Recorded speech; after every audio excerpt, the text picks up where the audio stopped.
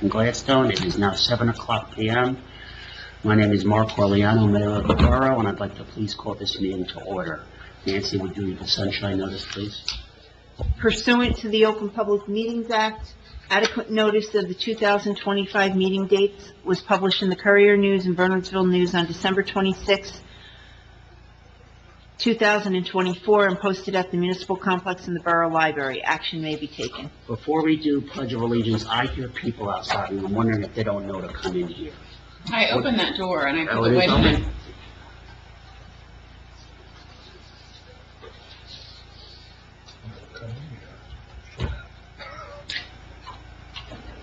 That's the spirit. Oh, come on. Stay up here. Have a cup of coffee outside, come on. Go outside. Thank you very much. Was anybody out there? Yeah, they're all coming in now. Okay. Thank you. Cool.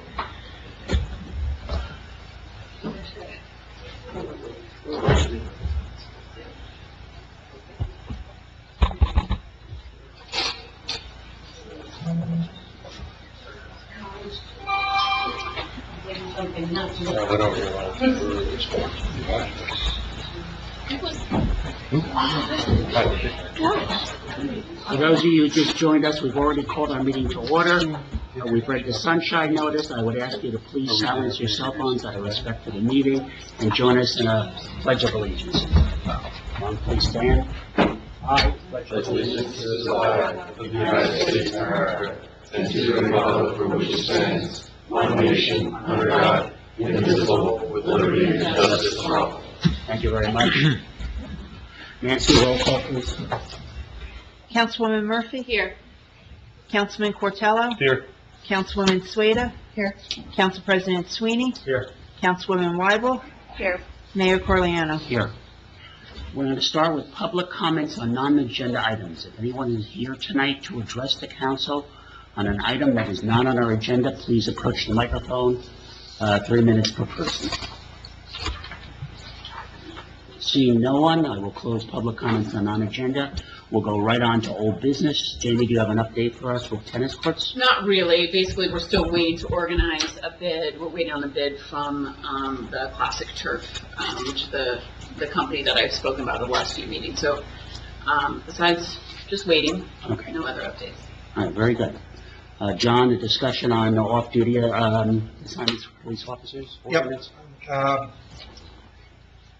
The genesis of this ordinance revision has to do with Jobs for Blue, which provides outside employment for our police officers when they're off duty. The one bit of language in this ordinance that has raised some concerns with the police department, and I share the concerns, is the geographical limitation, essentially to the Somerset Hills towns for the outside employment. There's a lot of different factors at play here. The issue of wear and tear on the vehicles is really a non-issue, because we could purchase a new vehicle almost every single year using the money that comes from the outside employment. And these are basically what are called considered road jobs. It could be anywhere in the county or in the state. But the geographic limitation restricts how many jobs that they could actually take. It could be to limit them, and the concept of them using their personal vehicles is really a non-starter, for the simple reason that there's an emergency. They're still police officers. They're ordained by the state of New Jersey. So even if they're outside of Peapack Gladstone, they can still effect an arrest outside of the borough. And to me, sending them to outside employment without the vehicle is really sending them out there with, it's like, might as well send them out there without the radio and without the guns. My suggestion would be that we change it from those particular towns and change it to a radius of, say, 15 miles, and that gets us our neighboring towns in Morris County, in Hunterdon County, as well as Somerset County. And that's what I'd like to see changed in the ordinance. I fully support that change, John, as well. I think 15 is the right radius. I had sent you a few comments on that earlier today. I don't know if you saw them yet. I know I'm open to that idea. And did you run that idea by the officers? In our collective bargaining meeting last night, I shot an email to the chief on the concept, did not hear back. I think the officers, were receptive to the 15-mile radius, and it's not ironclad. I think the language would be, if it goes beyond that radius, then they need the permission of the chief and/or administrator. Okay. Whatever the council's prerogative is on that. Yeah, I'm fine with it. I think, just to clarify, the email you sent the chief, I thought it said 12 miles, but I was gonna counter the 15, so are we good with 15 for the ordinance? I would prefer 15. Yeah, I agree. I ran it on a map, and I'm suggesting 12. And I assume this is like as a crow flies, right? As the crow flies from the Peapack Municipal Building to the site of the job. So we get, Look at our map, and you'll see it, that will work. actually, As long as- you can go online and there's a radius calculator That's for right. our map. That's what I And it will used. show it exactly what the radius is. Right. That's what I used, yeah. No. My concern, and I'm the one who hears it the most from our residents, I know. is optics, as you know. And to have assets that our borough residents purchase through tax dollars to be used 20, 30 miles away, half an hour away is inappropriate. And there are departments that allow their officers to do off-duty work in those areas where they don't need a police car and they can drive their personal vehicle there. So I don't want to preclude our officers from making those types of jobs. But as far as our vehicles, our assets being used, I believe if they can be used within a radius where we have mutual aid, and those towns support us regularly. I'm happy that the officers can get the outside work. I just don't want to see our cars being used in Edison, in Watchung, in North Plainfield, South Plainfield. I don't want to see them that far afield. If they're seen there, I don't think it would bode well with our residents, and it's happened already. Residents have seen our cars in Mendham Township, and other towns around here. Why are our cars over there? That's our assets. They should be reserved for our law enforcement, not for being used in neighboring towns. And do we And, have, oh, and when that occurred, I approached then Chief Skinner, and he explained it to me, and his explanation was very plausible, and I accepted that, and I had no issue with them being used in the surrounding towns. My issue is them being used further afield, okay? And the argument, well, the fees can cover, I don't buy that. I'm sorry. The fees don't cover the cost of a new car. The use of a police car on an hourly basis is expensive. The fuel is expensive. They burn 3, maybe 4 gallons of fuel an hour. That alone is maybe $12, $15. We collect $30 for it. The engine's running, that's putting 8, 10 hours on the car. I'm not seeing that argument at all, okay? So I do see a need to limit the use of the cars within the, and I'm fine with the radius idea. I think it's a good, in fact, I think it's a better idea than listing the towns. But as far as the vehicles going farther afield, there's exceptions for that. There could be a US Open or something, I don't know, a Fiddler's Elbow or something like that, where all the departments send cars. Of course, we want to participate in those type of events, and with the consent of both the administrator and the chief, I could see allowing officers to cover those events as off-duty things as well. So those are my thoughts on this. my only other question was, do we now know how frequently they go beyond 12 or 15 miles? The spreadsheets that I sent out, I had them, list all the towns. The vast majority of the towns actually were Somerset Hills towns. Yeah. The point of Job for Blue is it opens up the field of Right. jobs I know. to a greater breadth of jobs available to the officers. So this is an issue that we now need to be concerned about because they have so many more jobs open to them. I think the radius circumvents that, and speaking It does. with some of the officers yesterday as well, they don't want to go really beyond 15 miles Yeah. because then they're not getting paid for the travel time, Right. right? And so they're not going an hour away, whether then 2 hours of unpaid time. So I think the radius will prevent that, and then chief's discretion for anything thereafter. Okay, so we have consensus to revise the ordinance to change the language to 15-mile radius, is that? Well, Is that Well, it what's the appears there's a plan? consensus to change it. I think the radius might need a little clarification for the scrivener. From this building, from one school street. No, I meant, is it Mayor 12 or wants 15? I agree. I think 12 miles is, after running it on a map and seeing drawing the radius on a map, I think 12 miles more than covers it. I think 15 is going a little further afield than necessary. That's my opinion after looking at it on Google Maps. Well, you mentioned Warren, and that's pretty far, in my opinion. And as we know, with all the mountains and hills around here, a radius sometimes could be like 30, 40 minutes. Oh, easily. Yeah, Yeah. so I just know, hearing you say that Warren is part of that, I'm more in favor of the 12-mile radius. Well, 12 miles All right. takes you to Morris Township. Do we want our cars in Morris Township? I don't know. 12 miles takes you theoretically to direct, as the bird flies, South Plainfield. It's a little far to me. That's a little far in my opinion. It's going to be 15 miles takes you to South, but not 12. 12 miles, Fine. It's fine. 12. so be it. The scrivener is duly advised. Duly advised. And again, with the override by the administrator-in-chief, should some Right. extraordinary event come up, that we see the need for it. Okay. Anything else, John? No, that's it, thank you. Okay. Anyone else, any old business not listed from anyone? How about new business? How about miscellaneous discussions? Remember, we have committee reports at the end. Okay. So let's move on to the public hearing for the 2025 budget. Here's how this is going to work this evening. As Finance Chairman, I'm going to give a brief presentation on the budget, and then we're going to open it up for public comment, and then we're going to pass 2 resolutions regarding the budget. So I'm going to do this, because I have to use a table here, I'm going to leave my laptop up here and work around it. So bear with me.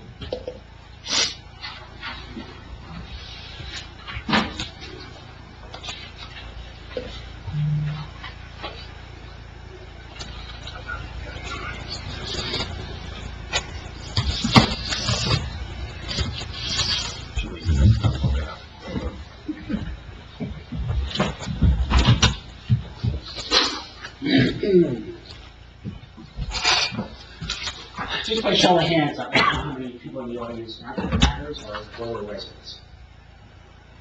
Most are, great. Okay? So this is very important for all of you, and I'm sure all of you understand if you are not. I am President Mayor, I am the Chair of the Finance Committee.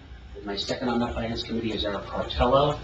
In addition to the 2 of us, the Finance Committee also consists of our Administrator, Nancy Bratzer, and our CFO, Olo Olachat. Okay? But the bulk of the work is Eric and I. And municipal finance is a very complex subject. You wouldn't think it would be, but it really is. We are constrained by many different statutes imposed by the state of New Jersey that we are required to follow. Just like every other town, every one of the 564 towns in New Jersey. And the rules apply to us as much as they do to the big towns, and we are required to follow them just exactly. So you might think our budget is rather complex, but it's by necessity and it's by law, and we follow the law here. So tonight we are going to pass the budget for Peapack And Gladstone. And when you pay your taxes every year on your residences or your business properties, you are in essence paying 6 different taxes rolled into that one check that you write. You are paying 2 taxes to the town. 1 tax is for borough operations. That goes to the operations for us to run the borough.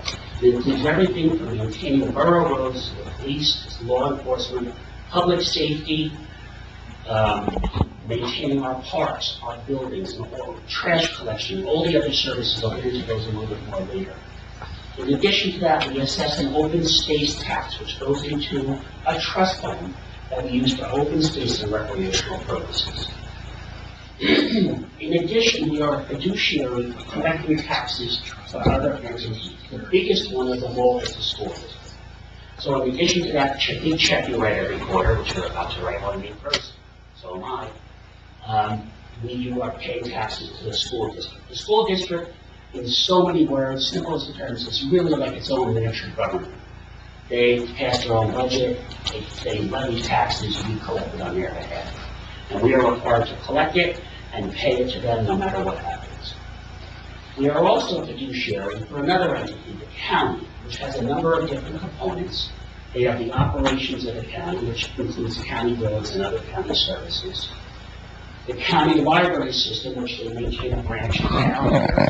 Thank you, Nancy. The county library system, they maintain a branch here. They're actually an entity unto themselves as well. They're like kind of like a school district in that sense. And the county also assesses an open space amount that goes into their open space trust fund. Some of those dollars indeed do flow back to Peapack when we acquire open space from it. In addition to all this, as a separate collection, the borough also has a sewer utility. For those of you who have sewer service to your homes, you probably got your bill in the mail in the last day or so. We provide sewer services, and that means that we collect the effluent from your homes and we pump it and we treat it and discharge it into the stream as clean water.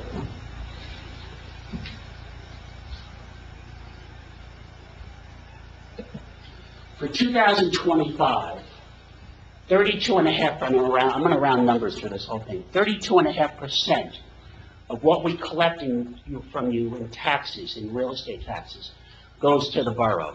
The bulk of that, 30%, goes towards our operations, to what we need to run the borough, okay? About 2% goes to the Open Space Trust Fund, the borough's Open Space Trust Fund. This year, we are projecting, and I'm going to say projecting, because while the borough has developed its budget already, we don't yet have the budget numbers from the school and the county. So we estimate what they're going to be, and I'll touch on that a little bit more when it comes to the school district. But we're estimating that the school district is going to be about 46%, and the county, the three components I listed earlier, is about 21%, with operations being close to 17%, as you can see on this here. Again, we haven't gotten the numbers from either the county or the school district. I'll tell you, it's a mad rush come June. We wait for the numbers, and they have to get certified, and somebody at the state blesses them and sprinkles water on them. And then they come to us, and we rush to get the tax bills out, which are usually delayed because the numbers don't get in time. And you see us with the delays. They're not on our account. We're ready to go on our end. This is essentially what I just showed you, but in graphic form. And really what it demonstrates is how much of your tax dollars really go to educating our children. And then how much goes to municipal. It's much easier to see numbers in a graph, I'm sure you'll agree. Or in a pie chart.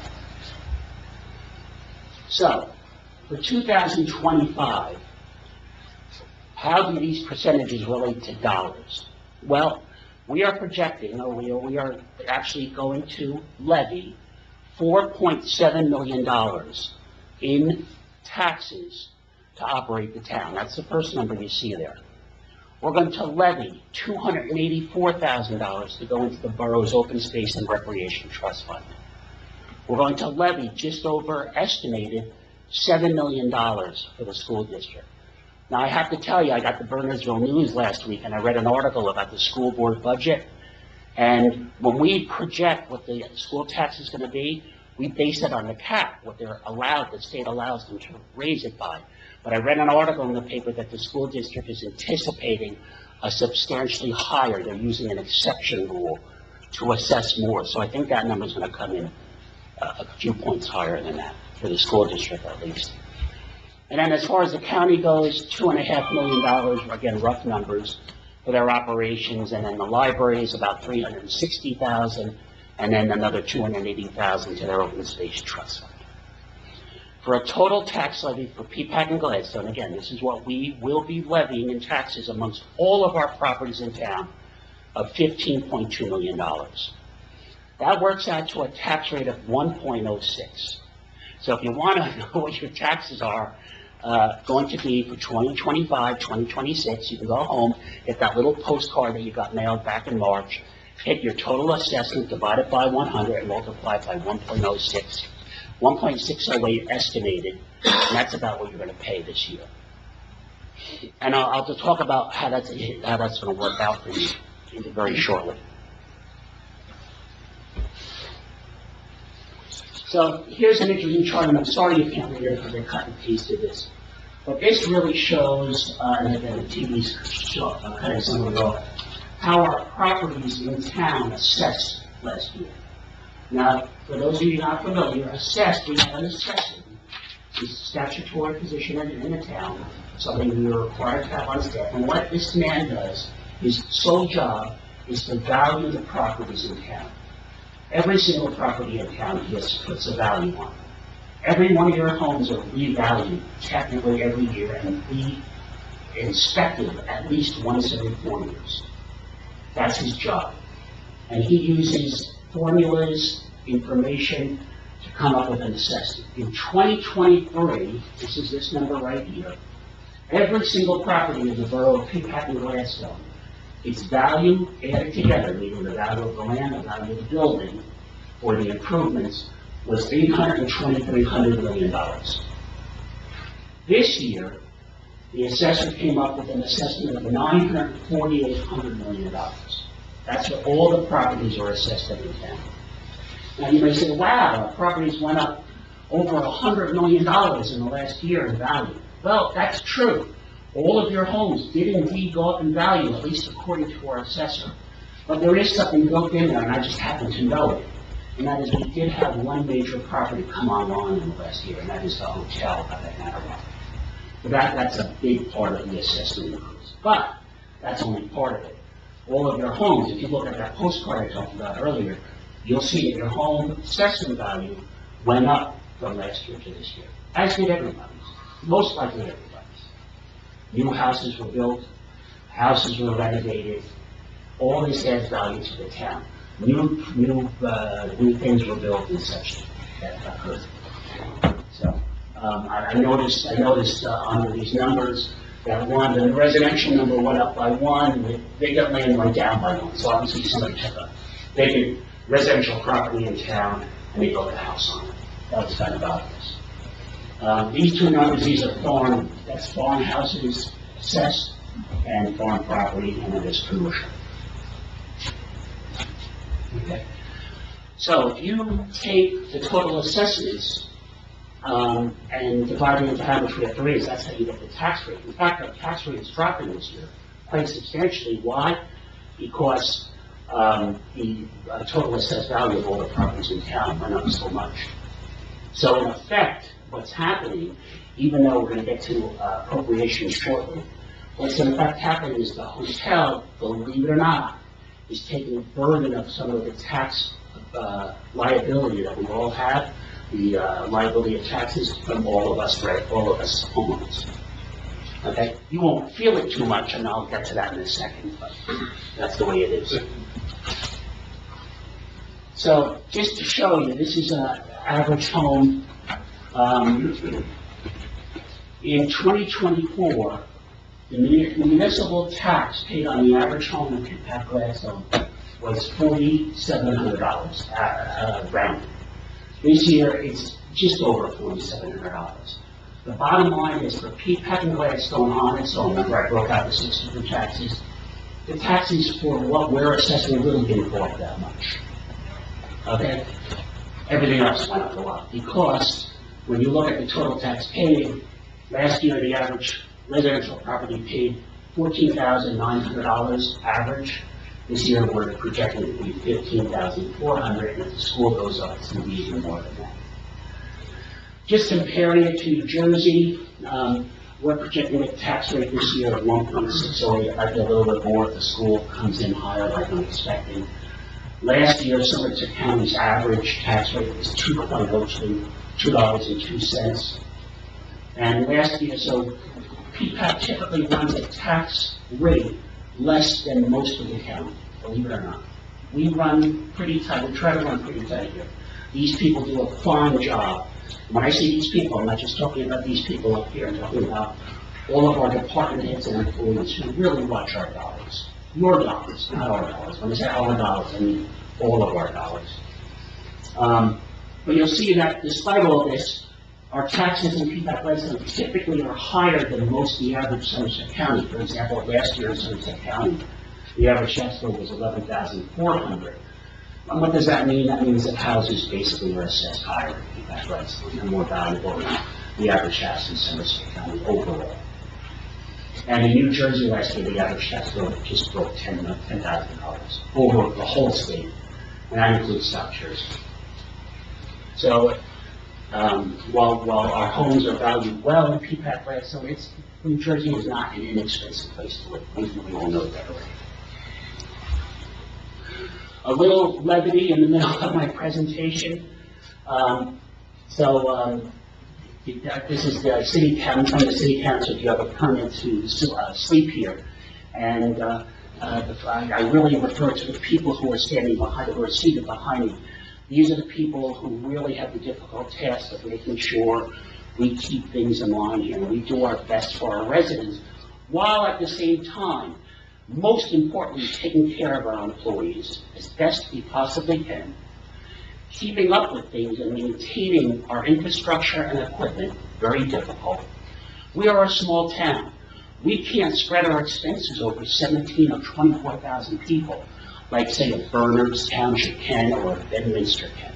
We have 2,600 people, okay? So it's much harder for us to operate, especially when we have nearly all the statutory requirements that these bigger towns have.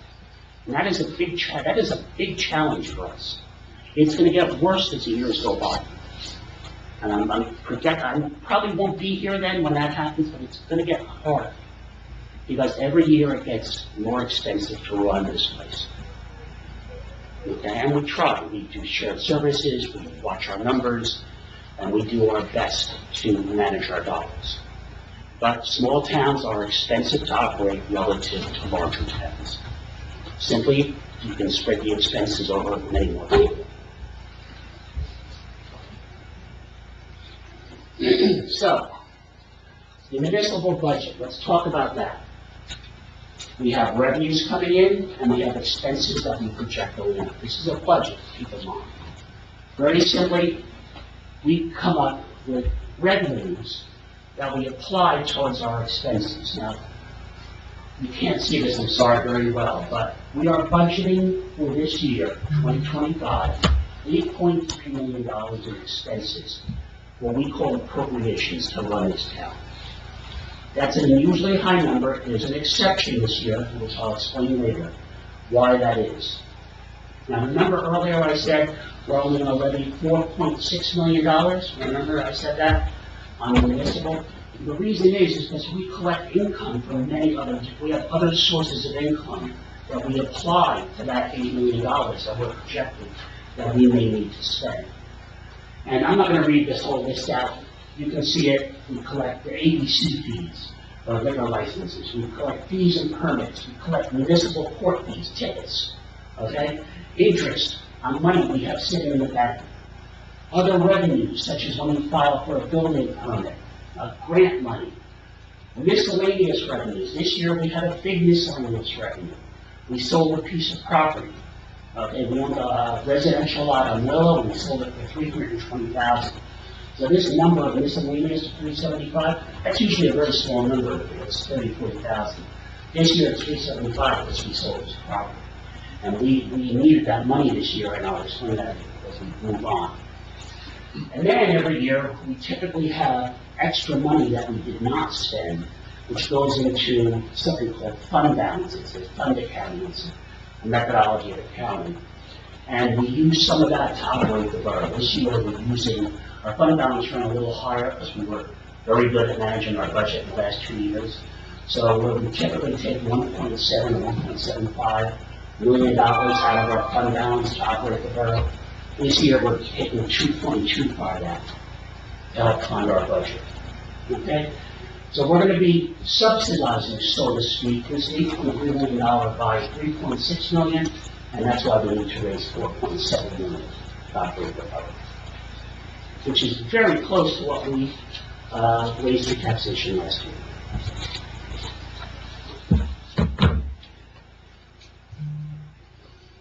So I mentioned that the budget and expenses operate the borough. We use a fund accounting methodology. If you went to accounting school like I did, you'd understand what that means. It's heavy, I won't get into it. We're a cash basis system. Every year by statute is state law, we are required to budget for uncollected taxes. It's crazy. If you own your own business, you'd laugh at this, which I do. But every year, as part of our $8.3 million budget, we have to budget for people who don't pay their taxes. Now, there is a good reason for that, honestly. Part of the good reason is that if we don't collect tax money, people go bust, they don't pay their taxes, they financially go bankrupt. Eventually, we'll get the tax dollars. We will eventually, because we put a lien on the house. But we are still required to pay the school, to pay the county, and pay the county library, and pay all the taxes that are fiduciaries for. If somebody goes bad on their taxes, they don't wait like we wait. We have to come up with that money. So there's a good reason for budgeting for that.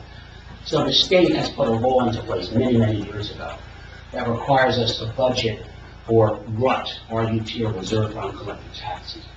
So the $8.3 million of the RUT this year is what it's been for the last couple of years, $970,000. I mentioned earlier that we run a sewer utility, just so you know. All the numbers I'm discussing are not part of, the sewer's not part of that. The sewer utility is its own entity. We bill for the sewer utilities uses, as you all know, who have sewers to your house, and that's a separate budget that's supported by the income from the users.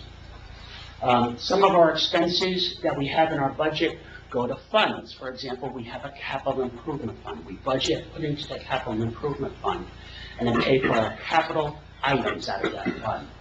We also maintain a fund for road salt, right, Nancy? Road salt? Mm-hmm. Yeah, road salt. That's an example of one. We also maintain a fund for when somebody retires to pay out their Sick time. Sick time. Thank you. The departments that are set up on our budget. Our budget is about, the way I have it structured in the spreadsheet, is about 600 lines long. When you add up all including all the totals and all that. It's rather complex, and we're happy to share it with you. We have a simplified version called the user-friendly budget. It's a state term. You're welcome to look at it at the clerk's office. But the departments, or the chart of accounts, if you have a business and know that term, or your accountant, is set by statute. Don't necessarily, personally, I wouldn't run my business that way, because it doesn't operate on a departmental basis like you would expect. So when you look at certain budget line items, the biggest one being, for example, police, that budget does not necessarily include all the expenses that go to police. Just like the budget for administration, all the expenses for administration are not in there as well. Certain things such as workers' comp, social security, health care are separate line items. So in order to, if you really wanted to assess what a department costs us, you have to go to a bunch of different ones and add them together. I don't expect you to read this, but just graphically, it's a good thing to understand. This is what our budget looks like in a pie chart. Okay, and you can see all the departments that we budget for. And you can see where the bulk of the money that we spend every year, we budget for every year, goes. And this year, obviously the big ones, capital improvement, reserve fund collected taxes, health care, big item, police, a big item, building and grounds, a big item. Pensions, a big item. Municipal court starts to get smaller items.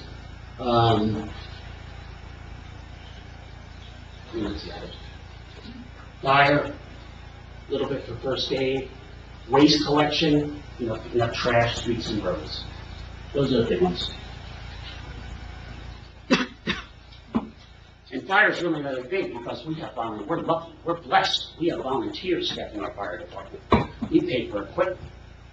Okay, and a small LoSAP, which is a modest pension plan for them. But we're blessed with our volunteers, all of them. Not just fire.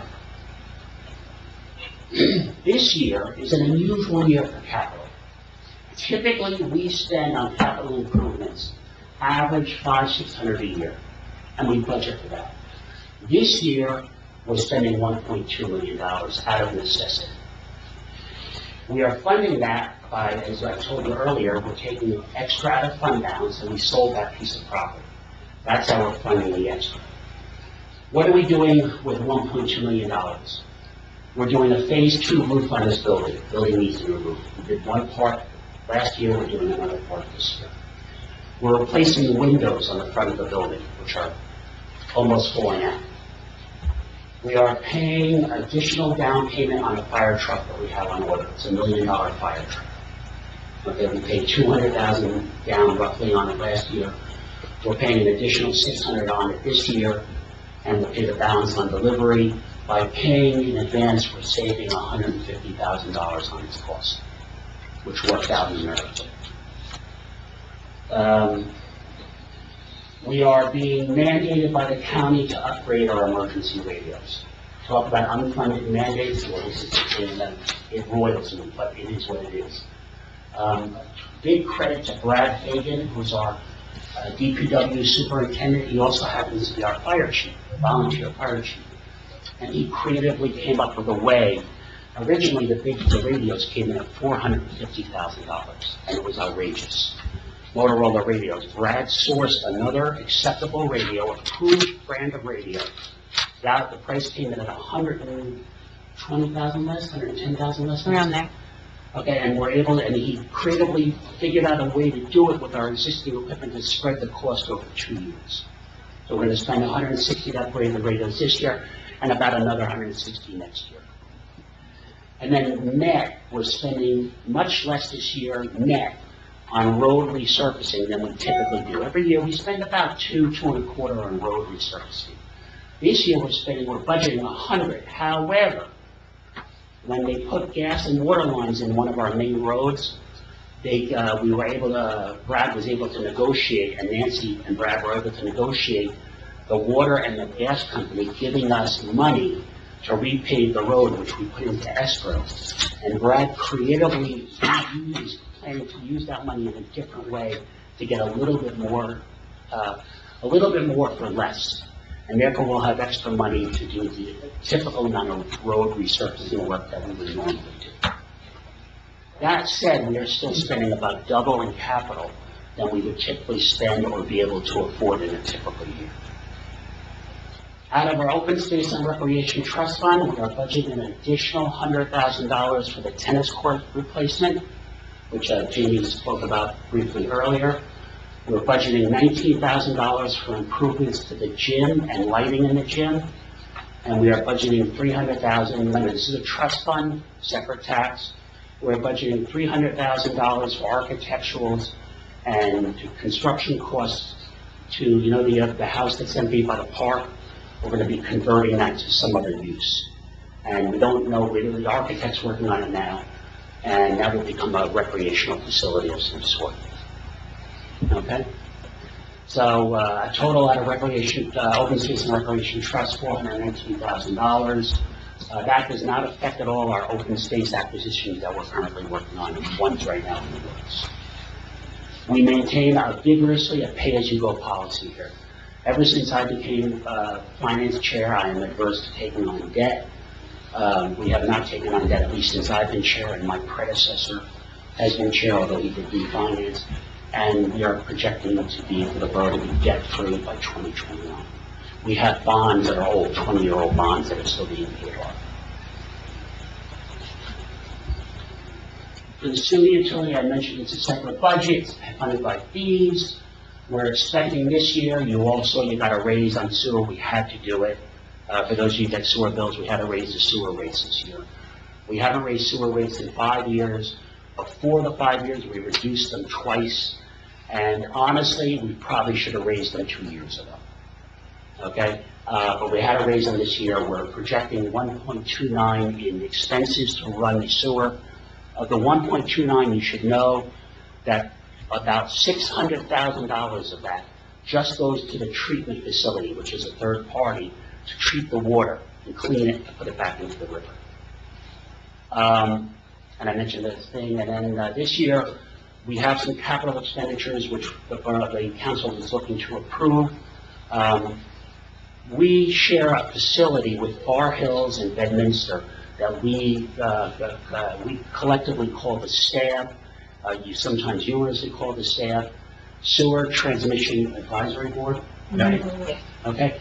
And that is made up of 3 towns. We are the largest user of it. And they have a facility, which is a repurposed plant in Bedminster that was completely worn out. It was an old sewer treatment plant before they built this treatment thing down by Route 287. And it needed a complete overhaul. The 3 towns banded together. We got $2.6 or $2.7 million in grants, both state and federal, but it needed some additional work on top of that. We ran out of money. So our share, that's going to be $90,000 this year to finish the job. And then we need to do some sewer pipelining in town for old lines. That's about $136,000. So we're projecting spending $226,000 and $25,000 on sewer capital. Okay. As a friendly reminder, there are state statutes in place, but there are caps on appropriations in the tax levy. We are limited to a 2% cap on tax levy. And there are some exceptions to this, like there is to every state law. And we are limited to a 2.5% increase on appropriations. Okay, so we just can't budget as much money as we want unless you bank some of it from prior years. Some items are excluded and so forth. But for the most part, these 2 things stand. So when you say, well, just spend an extra 10% on this or 10%, we really can't, because we're limited. If we were to spend 10% extra on recreation, for example, something else would suffer, and it really would. That's the way it works. So this is the balance. It takes a lot of work on the part of everyone involved to do this. That having been said, I would like very much to thank the committee who worked on this. In particular, Eric, my second, sitting right here, Nancy, our administrator, Olu, who's not with us tonight. Olu's our CFO. Just so you know, in a cost-saving measure, we contract out all of our financial services to Montgomery Township, who has 3 CFOs, and they manage all of our finances in-house. So all of our accounting is done in-house here, but managed by Montgomery. And that's Olu. Olu works technically for Montgomery under contract with us. And of course, by extension, the Borough Council, and most importantly, our department heads and our advisors, our accounting firm and so forth, our attorney, and so forth. Does anybody I went through this rather quickly, and my voice is not the best tonight, as it sometimes isn't. Does anybody have any questions? We need a motion to open it up to public comment. Any yes, I have to motion. Mayor, I move that we open up the budget for public comment. Second. Nancy, roll call, please. Councilwoman Murphy? Yes. Councilman Cortello? Aye. Councilwoman Sueda? Aye. Council President Sweeney? Aye. Councilwoman Weibel? Aye. Did I make this mistake last year? Yes, you did. I did, didn't I? Okay, now you can ask questions. Chris? On the open space, They should Just need name and address. Name and address, and Name and address, and at the microphone. It could be question or comment, or both. Yes. my name is Christopher Downing, 99 Main Street, Peapack. On the open space expenditures, you said it wouldn't affect open space for the purchases, the expenditures that we're doing. And I see that we're only bringing in, what it was, almost 300,000, 284,000, but you're spending 400,000. Could you just explain that? We have a balance in the account of about, I'm thinking the balance in 1231 was either 1.4 or 1.6 million dollars. It's a little bit lower than that, but it's over $1.2 million. Okay. So it's a fairly healthy balance. Okay. And I'll tell you that the county actually encourages us to use some of those funds. We get more help from the county when we actively use the funds, and we've gotten such help on the last couple of acquisitions. We haven't used much from that fund, so they do like to see it be used. But it still leaves a healthy balance to continue the projects. Do we really need, I guess my question is, do we really need, I guess now the question is, for the house, you said it's going to be used for some type of recreational facility. Do you guys have an idea of what that is? Well, I mean, it's so early in the planning stages, but we did meet with an architect. We're trying to come up with possibilities. What we'd like to see is that basement floor of the building has utilities for the park, so it has to be maintained. Like, that would be a real challenge. We'd have to find a new home, so we have to keep the basically first basement level. Okay. So we were hoping that maybe we could put some public bathrooms, down there for park, and then either eliminate basically the first and second story and make it a kind of an open pavilion possibly, something like that as a space for residents. Okay, that's all. Thank you. You're welcome. Thank you. Steve?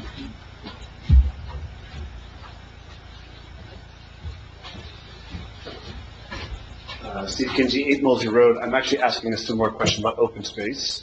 So as of the end of December, it was about 1.7, so it's actually gone down even lower to 1.2, you're Oh, saying? so maybe I shared it with you. I thought it was 1.2, but that's going off memory. So 1.7, but at least according to the documents we got at the end of the year. oh, So- so then you're right. So first of all, I'm speaking as a resident, not as much as I am a member of the Open Space Committee.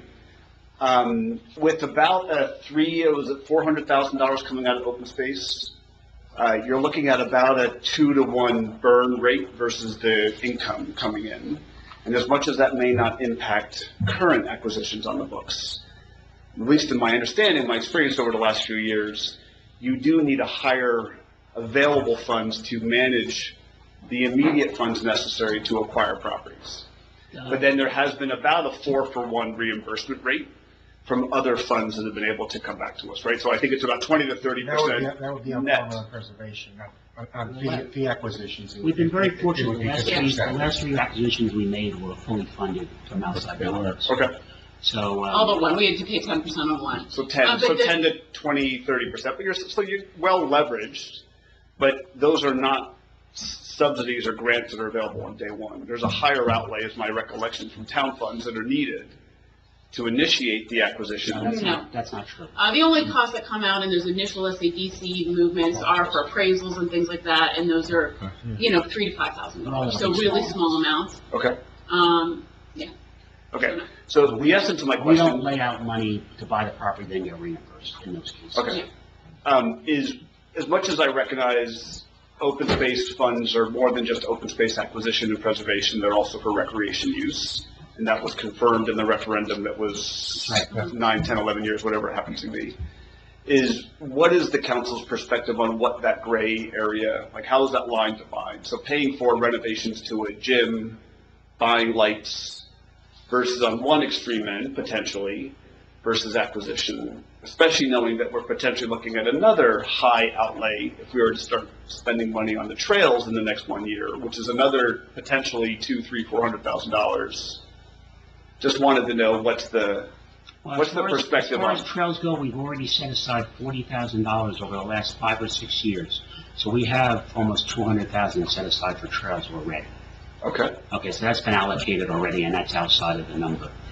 But as far as recreation and what's the gray area? What do you mean by gray area? So paying for replacing light bulbs or refinishing the floor, I don't know what you're doing in particular to the gym, but Yeah, there's you're certain maintenance. repairing, that's capital, I don't call it I mean, capital, but your maintenance of a building, which is an interior building, Right. not I mean, the exterior reality is active the recreation. referendum was for open space and recreation, right? So we Understood. can't ignore recreation. Yep. I mean, for me personally, I'd rather spend $5 to $1 on acquiring land, preserving land, absolutely.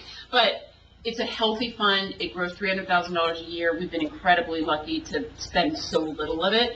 So, like I said, having talked and worked with the county quite a bit over the last 7 years, like they want to see us spend it, and then they help it from their open space funds. Like the last couple of acquisitions we made, we've gotten money from the county open space. So I think, as someone who you well know wants to preserve a lot of land in town, I think we've done an excellent job over the last 6 years of spending little out of the fund and getting quite a few properties. So there's a balance, right? The referendum was for two things, so we used them for both goals.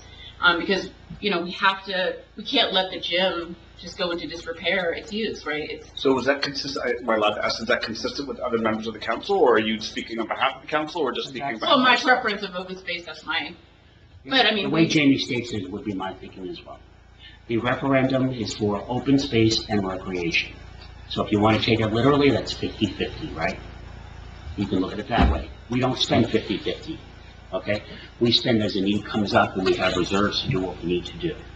And my guess, Steve, is that if our balance, and I'm speaking for myself, if the balance would start to decrease, then I think that we would become even more wary about spending it for things other than land. I mean, this is, again, my opinion.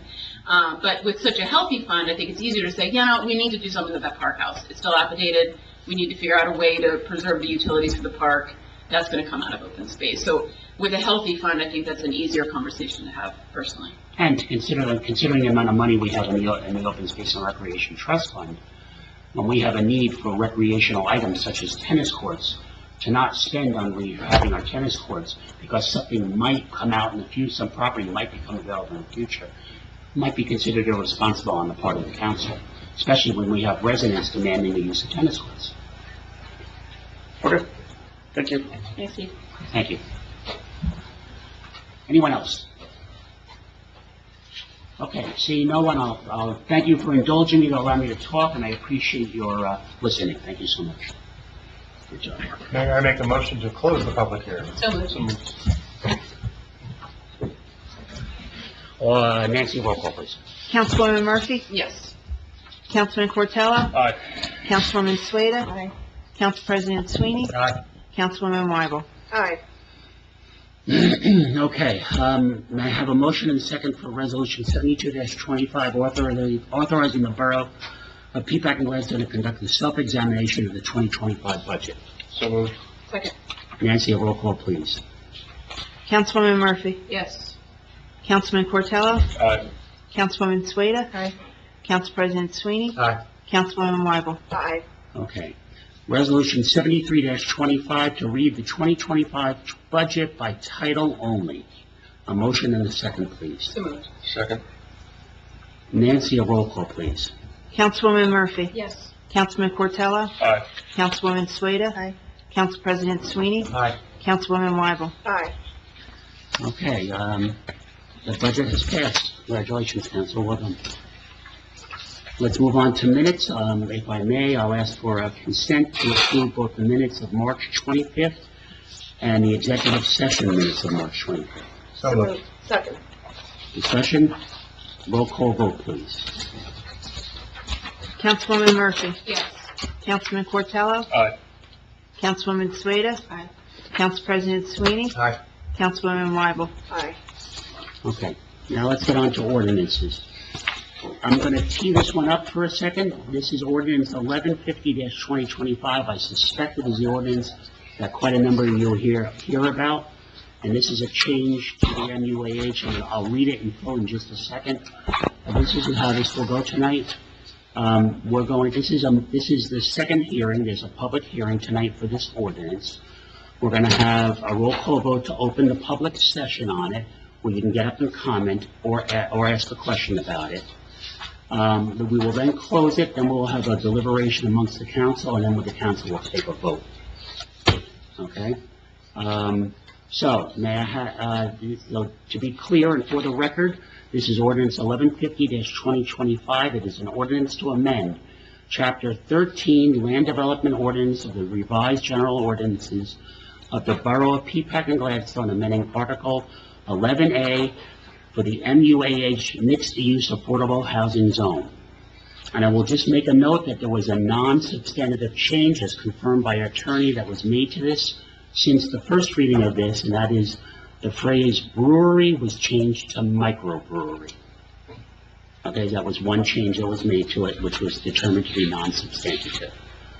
May I have a motion and a second to open the public hearing for this ordinance? So moved. Second. Nancy, a roll call, please. Councilwoman Murphy? Yes. Councilman Cortello? Aye. Councilwoman Sueda? Aye. Council President Sweeney? Aye. Councilwoman Weibel? Aye.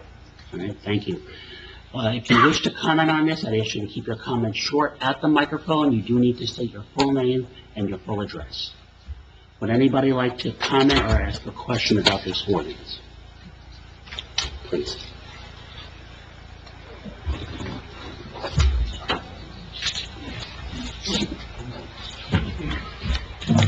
Good evening, Mayor, Council.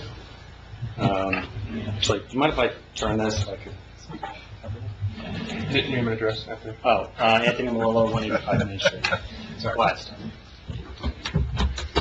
So I'd like to speak from two perspectives. One, as a developer, Obviously, it's in relation to the property. The other, as a resident. So to start off, as a developer, there's been a lot of conversation, question about what exactly will be as part of this brewery and the proposed. And I want to provide some color to that. As my relationship with Malolo Equities, representing in partnership with the Joyce family, this property was purchased about 7 years ago. It was in disrepair, to say the least. For people that dog walk back there, they see farewell, siding coming off the building, blacktop ripped up and so forth. I think it's fair to say that redevelopment of the store, revitalization is needed. It just so happened that when that was purchased and the need of revitalization and the municipality's need for affordable housing merged together, it became the site for the municipality's third round obligation, right? So that's where, and what we're talking about tonight, which is an ordinance or a zone that was created for Lackawanna, for better or worse. That zone, for people that are familiar with Lackawanna, if you turn down Lackawanna, say you're going to Dominic's, it's both on the right and the left side, all the way past Bevel. So it's a substantial piece of property. It's 3 acres. It's almost entirely impervious. The idea here was to redevelop and to revitalize with residential and commercial and so forth. And there was a process that we've been taking over the years. We started coming to the Land Council, back to the Land Use Board, with 10 Lackawanna. And for people who are familiar with that, that's the Bevel building. That building was, I would argue, light manufacturing for tack equipment and also retail in the front. Again, keep these uses in mind because we'll go back to them. Since then, we've gotten approval to repurpose that for retail. The idea that retail in smaller segments, 900 square feet for boutique retailers, that's what people are looking for. As we move ourselves to the front of the site as a phase 2, we're looking now at the stable building, and that's really what tonight's about. It's about the stable building as a repurposing, asking and requesting from council that the term brewery be used as a permitted use. Again, different than brew pub, which technically is allowed with liquor license. So there's nuances in this, but again, just wanting to kind of clear the air in terms of what's being asked for. As it relates to what would be proposed, that's obviously for the Land Use Board, even if it gets to that point in time. But I thought it would be important to at least provide some details so you know exactly what it is that's being proposed. We're not looking to build a 20,000 square foot Anheuser-Busch extension. That's not this. This is a microbrewery, if that's the term being used.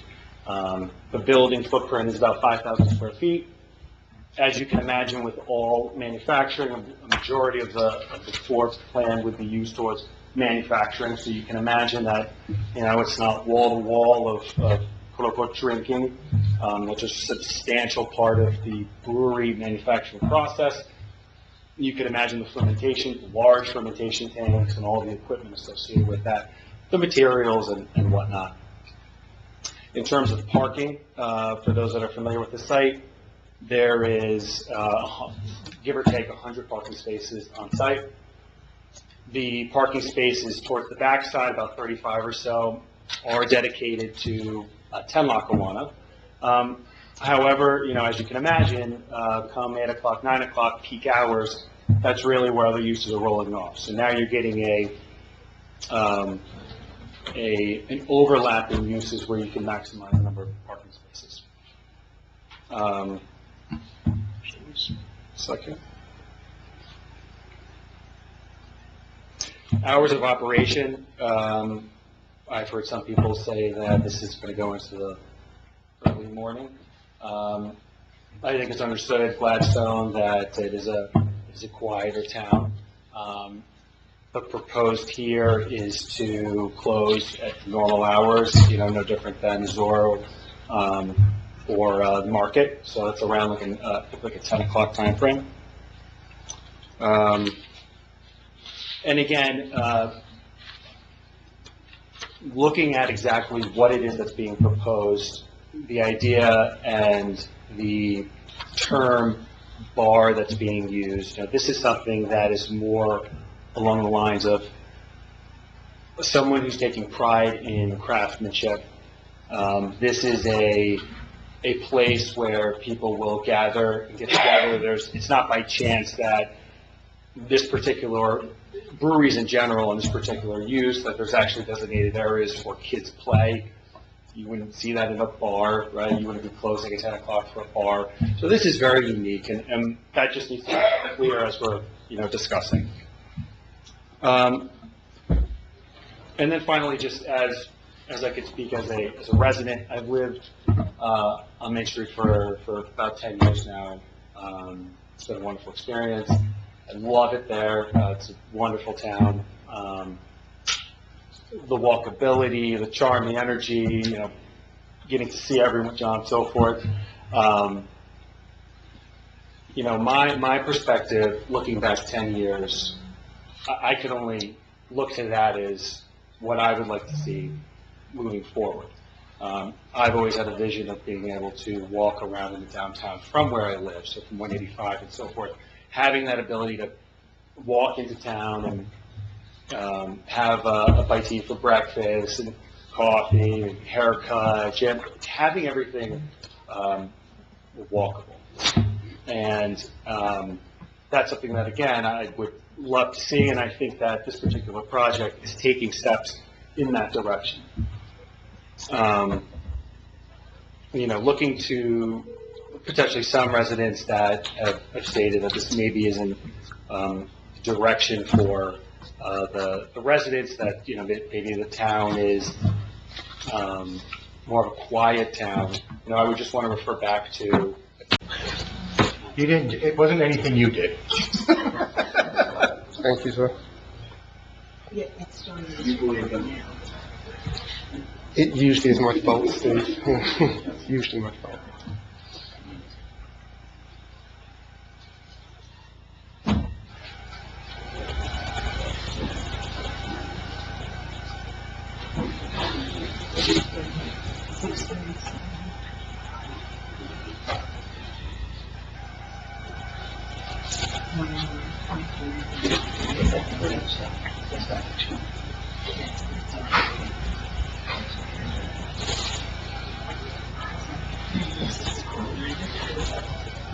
Just go back to the tapes.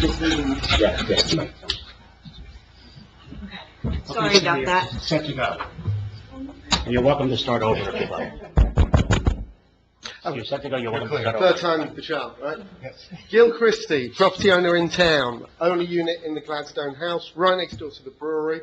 I really like the sound of, as much as I love the stable, I love the idea that when that moves out, there'll be a new, vibrant use of that building around that area, and I, for what it's worth, are fully supportive of this change in ordinance. Thank you very much. Thank you for your comments.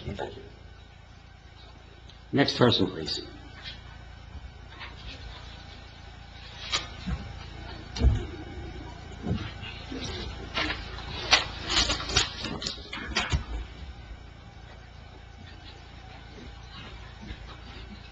Hi, I'm Pam Nardone, 13 Pheasant Run, lifetime resident.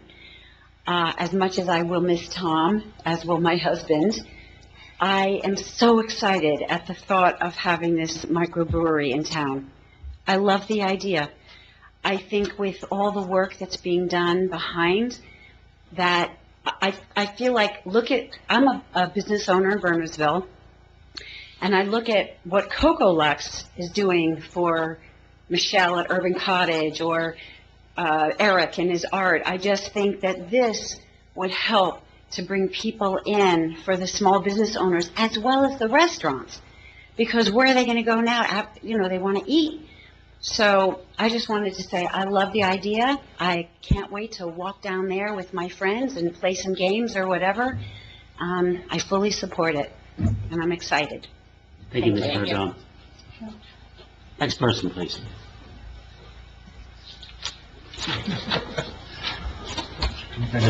Yeah. You know you were gonna be You know next. your way around. You knew you were gonna be next. John Kelly, 172 Main, right across the street from, the current Bevel situation, the current stable. I love Tom, I love the whole car thing. But I think this is a very exciting time for Peapack Gladstone to start to see a transition a little bit more. I moved here about 2.5 years ago, as you know, and it's a very exciting small town. And this will just add a little more dimension to it, and I think we can build upon it. And living there, and the market being there, and the Gladstone Corner Deli, and the tavern, it's never out of control. It's always good, and it's always a place to go, and there's always fun things to do. And I look at, what does this mean for the future? And you can look at two examples of other towns that have done. One has moved ahead and one has moved behind. And that is, look at Somerville now. Somerville's very popular. They reinvented themselves. And let me tell you, you go in there, it's very popular. They've built a lot of things. It's highly coveted. You go in there, there's a car show there on Friday nights and that kind of thing. Conversely, Harding Township, New Vernon, which is where I grew up, and I'm on the board there of the Historical Society, and they struggle with ratables. They have all the traffic of the AT&T Verizon complex with none of the ratables there. So, I can remember fighting against it, keep AT&T out, keep AT&T out, and net effect was it went right across the boundary into Basking Ridge. They got all the ratables, and we got nothing except for the traffic. So, to me, it's an exciting time. You can look at it two ways, and those are two examples of people that went different paths. And I can tell you that congratulations on 1.6%, budget. That's a pretty good number. But to be honest with you, I think that it's our next step. We're not New Vernon, and we're not Harding, and it's probably the right way to go. Thank you very much. Thank you. Next person, please. Yeah. Hello, Grace Froelich, 5 Main Street. I've been in town for about 15 years. Love Peapack Gladstone. I actually used to reside at 189 Main Street. And it's a great community. I think I walk my 2 little Pomeranians around town, which some people know, and I think it's great what they've been doing with the property back there at Bevel's. And I'm excited for the change. I don't think it's more of another community spot for people to gather, It's nice to have places for people to gather and just, enjoy life. And, I'm all for the development. Thank you, Grace. Thank you, Mrs. Grace. Next person, please. Don't be shy. Next person.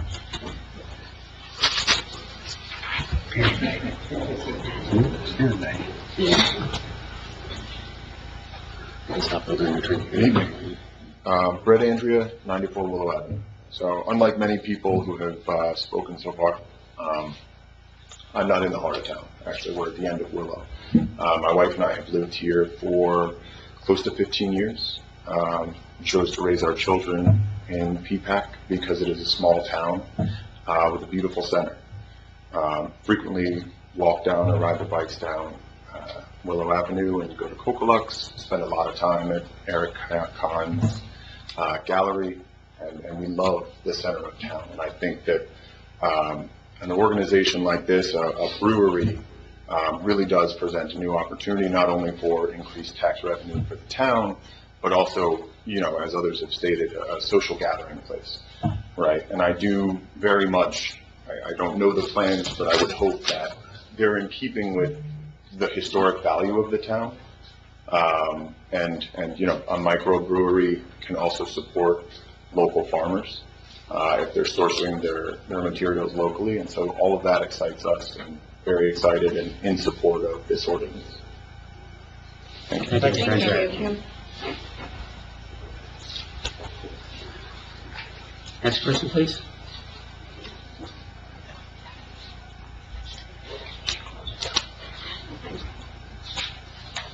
Good evening, Mayor and Council. My name is Ian Joyce. I'm actually a resident in Far Hills, and first of all, as Anthony said, we're underlying landowners and partners with Malello Equities. So We I want want to to hold it start. against you that you're a resident of Park Hills. I'm sorry? We want to hold it against you that you're a Thank resident you. of Park Hills. I was actually going to really start with thanking you all for your time, volunteering hours. I stepped off of the school district Board of Education last year, so I know those tax dollars and how they're spent very well, and it's so important.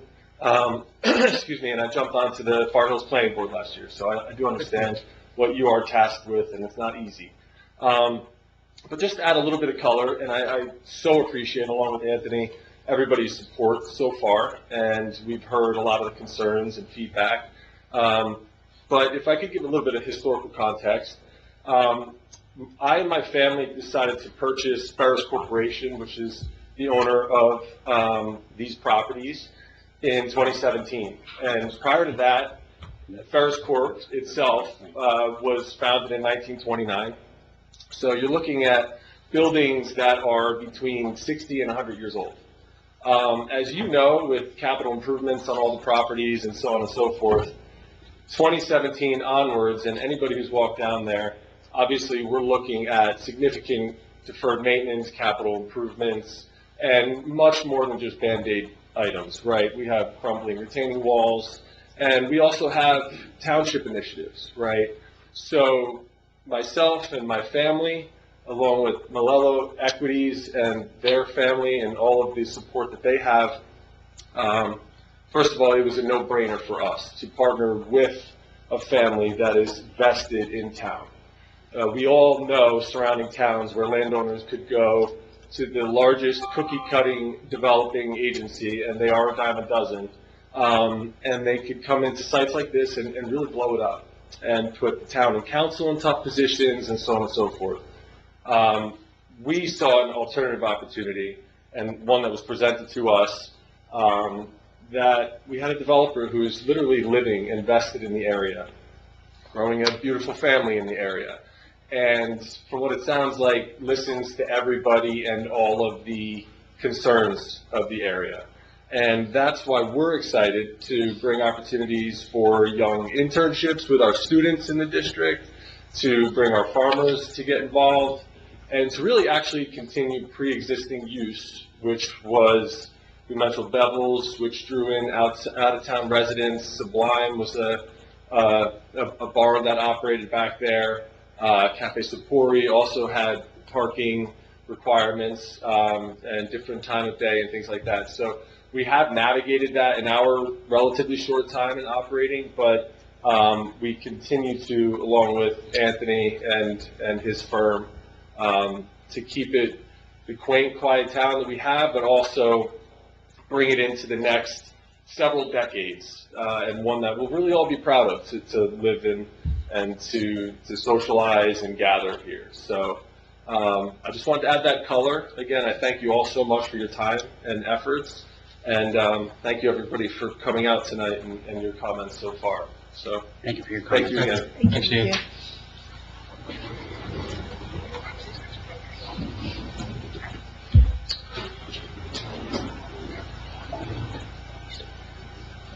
Next person.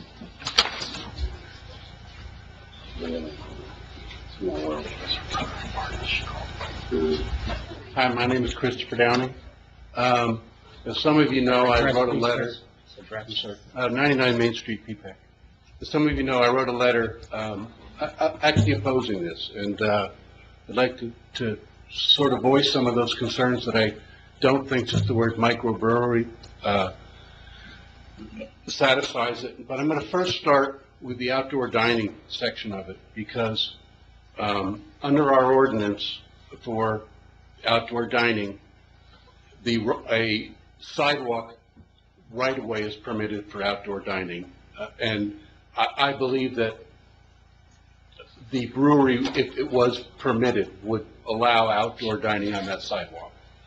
And it allows, that sidewalk is 15 feet wide, and you have, the ordinance says you have to have only a 4-foot wide sidewalk. And so an 11-foot area right there of openness, I'm just concerned that it's a brewery versus a Coca-Lux type of scenario. Drinking alcohol is much different than drinking coffee, is I guess what I'm going there. And so I'm concerned that our ordinance says it's permitted, and my concerns in general are what kind of conditions could we put on a brewery, and as you know, or some of you may know, New Jersey recently expanded the permitted uses of a brewery, and this doesn't matter, microbrewery or brewery, and it's this unlimited event type of nature. I talked to brewers, they love it, okay? A lot of them are in old mall areas or something, and all of a sudden their parking lots, they have outdoor concerts, they have food trucks. Now, I know our town presently does not allow food trucks. And the reason that they expanded all these unlimited uses, it used to be they were permitted like 14 food truck events a year or something, and they couldn't make a go of it. And so what they found is that they really have to specialize in events, that's the way they have to draw people. And so some of the breweries have a restaurant next door for the food, because people, just for drinking, how often do they go? But if they can enjoy food, that's permitted uses to negotiate with a food server. A lot of times it's food trucks, but in our town, and it does say you can not permit food trucks, but I could see them asking for a food truck, but then the question is, and parking lots are permitted to use as the brewery. And he explains that this is the fun thing, there's kids involved.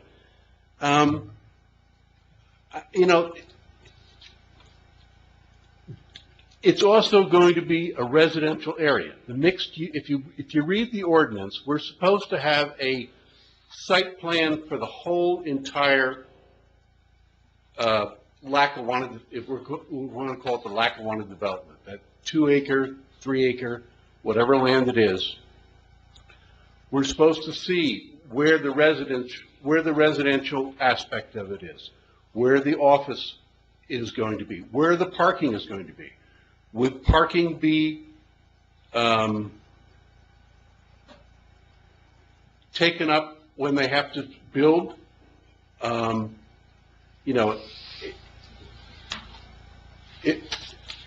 There's going to be, we don't know what the retail uses are in the Bevel building is going to be, but with the plan, the zone district allows for a very flexible idea of parking. We understand there may be a greater demand of parking for some uses at certain times, and so even though we have parking ordinances that are cumulative, and so you have to provide parking for everything, at the same time, this particular plan rightfully has flexibility. I don't know, we don't have a plan. We don't have a plan, and that to say we're now going to say we have somebody who wants to basically have a use variance for the brewery, and we don't know if that's really going to fit with the rest of the plan. It says it's supposed to be a comprehensive plan for the whole unit. It's not like a normal site plan application where this building goes before us. That's not the way. If you read the ordinance, section I, It talks about a very comprehensive plan, and so that's another real reservation I have. The idea of music, okay? I was talking to one of the brewers, and she says, yeah, we have outdoor concerts, okay? The brewery ordinance allows for outdoor concerts. You could have the first brewer here, it could be the small type of function, and it could be what we think we want. We all love Sublime. Sublime didn't make it, okay?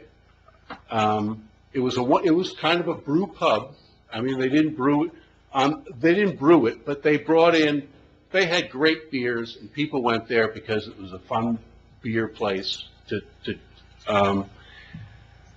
and so it's event laden, and I really wanted to emphasize that it's a concern, and I don't know, without more conditions on what the word brewery is, how we can control that. I really don't think that drinking, a drinking area right on Main Street is part of the historical character of what the town is.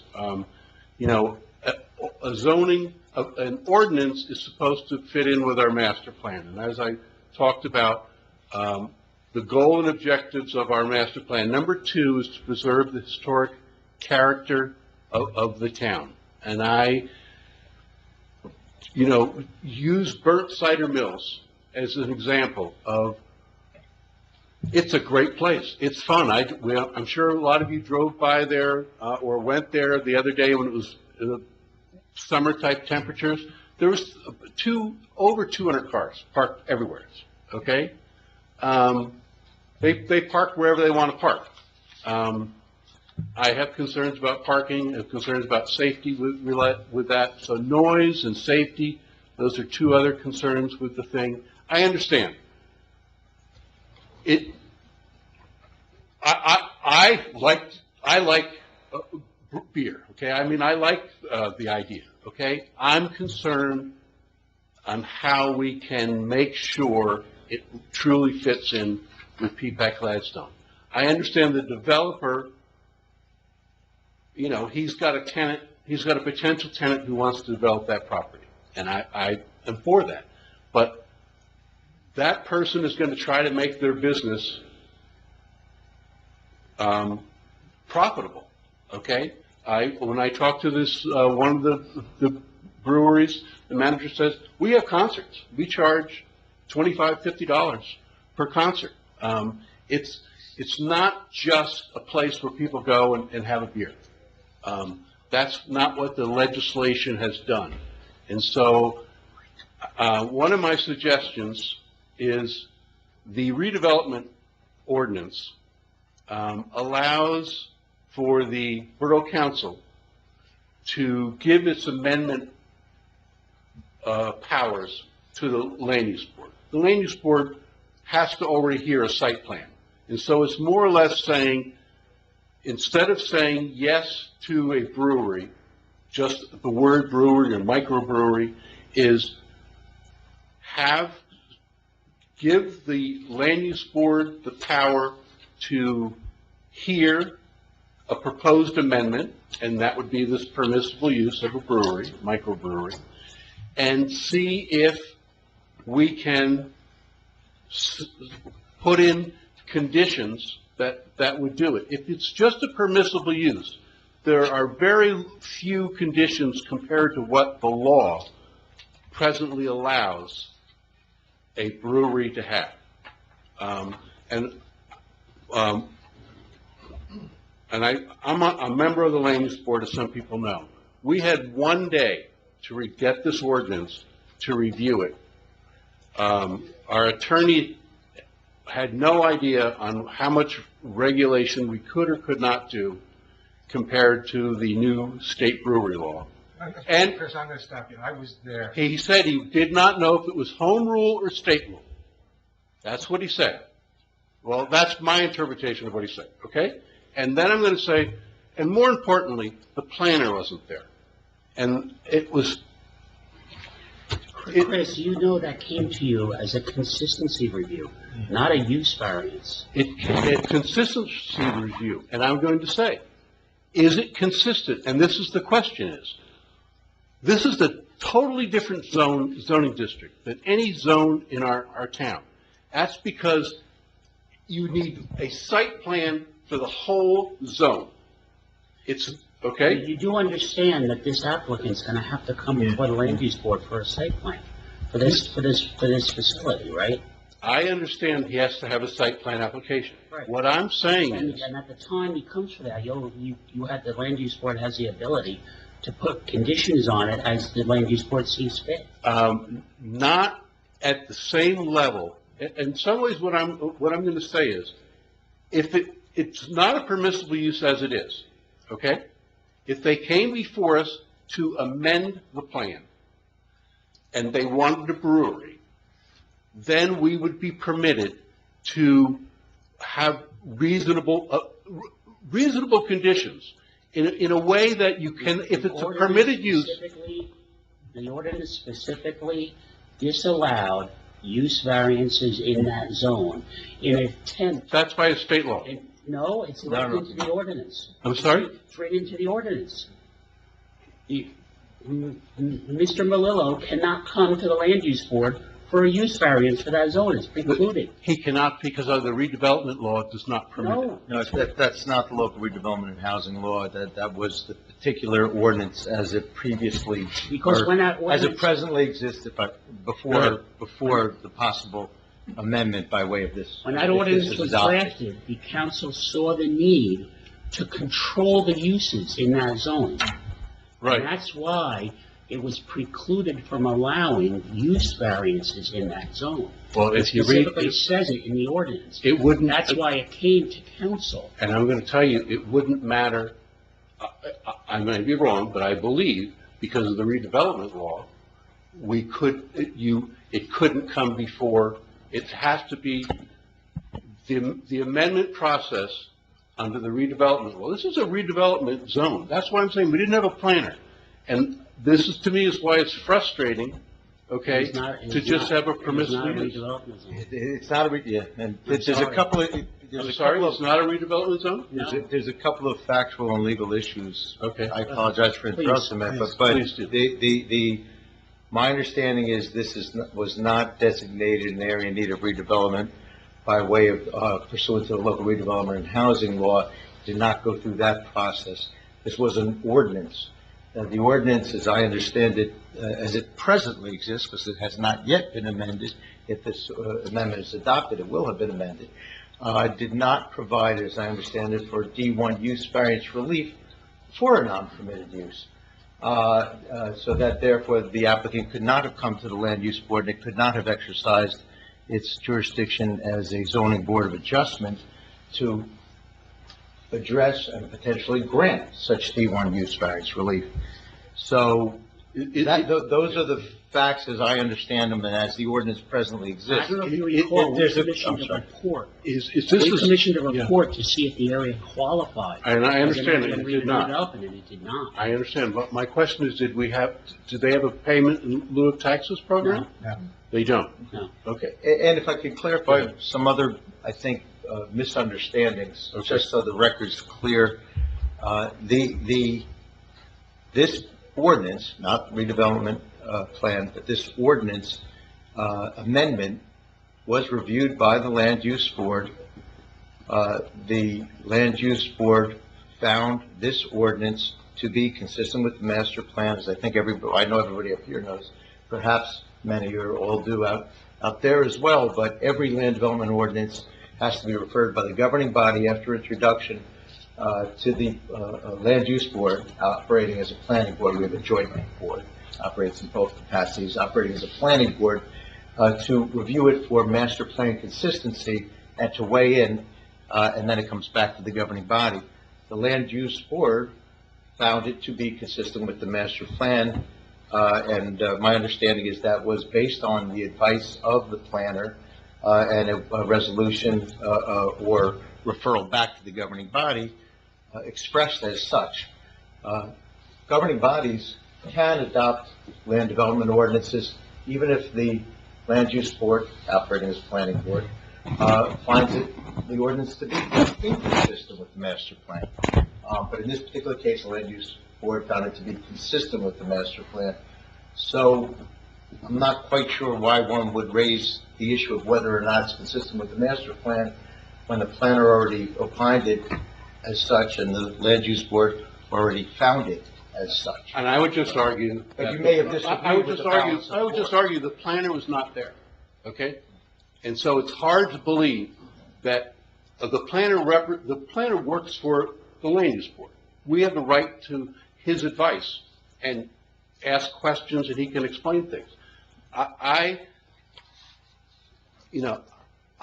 think it's possible that you could have a brewery. I just think that with it, I have reservations because of the unlimited nature of what is now permissible for a brewery. And that's what. Listen, I respect very much your concerns about this. I do. I do. And I could see you're looking at it as a glass half full rather than a glass half empty rather than a glass half full. There's no pun intended. Yeah, no pun intended. But I did hear a lot of testimony from people who see the merits of such an establishment in town. I agree with it. I agree. To say that it doesn't fit in with the historic character. Well, the Mannion offices down on Main Street, there used to be a bar. Okay? That was a bar at one time. Chatfield's was a speakeasy. Chatfield's was a speakeasy. Where Hamilton Square is over there, used to be a hotel with a bar. Okay, and the question is, do we want an events facility? Let me just finish. Let me finish my thoughts. Yeah. And I could actually say this during council No deliberation, but I want to give you the respect to answer you. You're characterizing it as an event space because that's some of the features that were built into the statute. Okay? But that's not to say that's what it's going to be. That's what was written in. Honestly, the zone allows for a restaurant. That could be an event space without any approvals, right? And that could have sidewalk dining. I don't know that they could hold concerts. I don't know that they could hold concerts there. And I don't know that they could have, the parking lot area could be part of the drinking area. Under the statute right now it is written, you can drink on the sidewalks, on the parking lot, okay, and I don't know where it says you can drink in the parking lot. Can I read the statute? But nonetheless, what, it really doesn't matter because it has to come through a site plan approval. Those limitations could be put on it. And that's my question. Okay. That's my question that the borough through its land use board is retaining complete control let me just finish, about how this establishment is going to roll out. Okay. None of us, I think everyone here, including those and myself, those who spoke in favor, and myself, and my colleagues here, want what you're describing. We don't want an event place with 300 people at a wedding. We don't want any of that. My question is, can we control it if it's a permitted use versus you can versus a more what I guess I would say is I would want our land use board attorney and our planner both to say we have a lot of power to put in reasonable conditions versus what is permitted under the statute for a brewery. You have whatever power of site plan approval allows, and I can't opine on that. Well, yes, but what I'm saying is it state rule? How much is state rule? How much is home rule? And I would ask that you, I guess in some ways, hold off on your vote to pass it until we hear from our two professionals on the land use board to say indeed we can control this even though the state statute. And I thank you for your time. Thank you. Okay. Thank you. Thank you. Next person, please. Good evening, John Pangata, 19 Tiger Hill Drive, Gladstone. Nice to meet everyone. I'm a newer resident of town, been here 3 years. I respect everything you raised, but I'll just tell you, when it comes to I can't speak to all the ordinances, but when it comes to the letter of the law, sometimes it's impossible to plan for every permutation that might come up. But I know the Joyce family really well. I know Ian really well. They're a good family. They're good people. I believe he wants what's in the best interest of this town. My own personal opinion, I watched, for the last hour, we spoke about the finances of the town. I have 2 young daughters in the school system. I think the Bernardsville school system is fantastic. I have one of the big reasons why we love moving to the town is the way that we manage the budget. I think it's very responsibly. My daughter's in 9th grade. She was talking to me about schools the other night. All the schools that these kids are going to coming out of Bernardsville are incredible. We got kids going to Princeton, NYU. What it speaks to is that the funds being used by the school is going to good spend. I think this helps revitalize downtown. I think it'll add benefits to the local economy, and other shops, other businesses here in town will benefit from it as well. I don't think it's so different. I frequent the Gladstone Tavern a lot. You have outdoor dining, you have a bar, you have music. I know it's a little different. I know it could be a little bit different, but I also think it creates a sense of community. This year, I don't know if I'm sure everyone noticed, but the one thing I think the town is missing is a little bit of a downtown area. It's very walkable. It's a beautiful town. When I watched Azure put up the holiday lights this year, I was like, wow, that's beautiful. How can we not raise a couple of dollars to have every other shop in town do that, so it has like that downtown feel, right? And I think this is a step in that evolution, step in that direction. So that's just my personal opinion in support of it. Thank you. Thank you for your Thank you. Sir.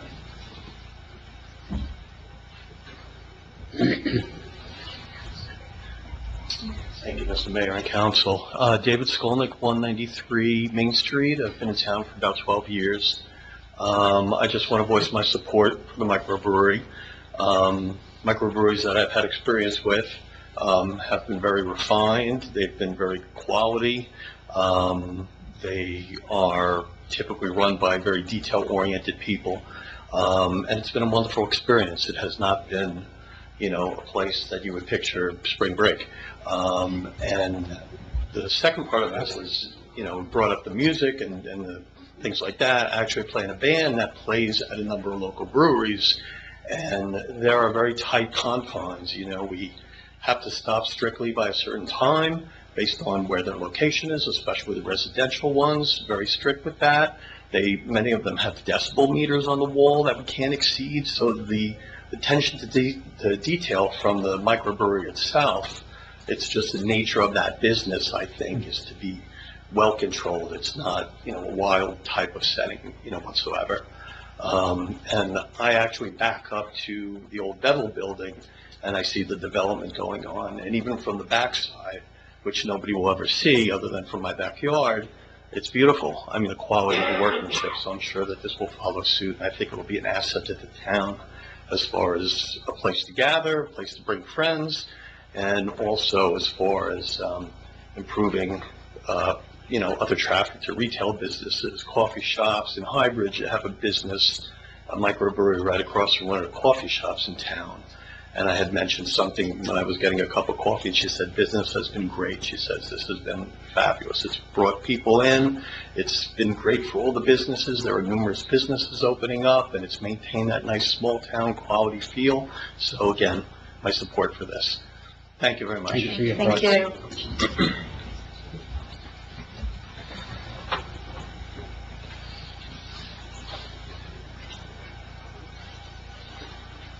Scott Ross, 22 Piesville Road.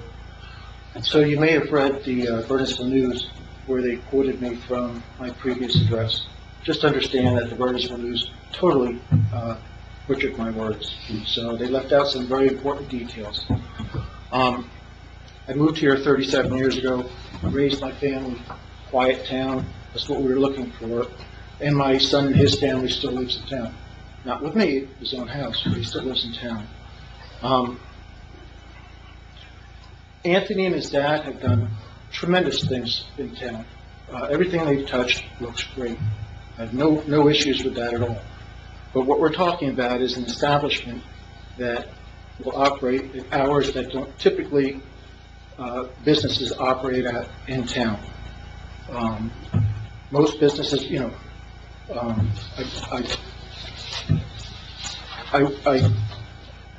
go into all the different businesses, and it's during the day. But now you're talking about an evening event, and that changes the flavor of the town. If you want nighttime entertainment, there's Morristown, there's Somerville, and they do a great job. But when I come home at night, I'm not interested in having, that type of activity in my hometown. So, but I'm obviously a minority, so, thank you. Thank you, Scott. Thanks, Scott. Anyone else? One more person.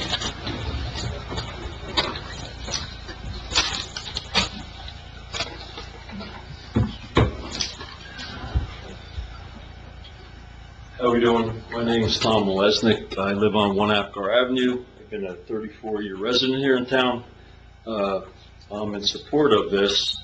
I love this town so much, I'm here for the full ride. We're not going anywhere. If I had my way, we'd put a jar over this place and just leave it like it was 10 years ago. Nobody come in, just us. But you can't. Change is inevitable.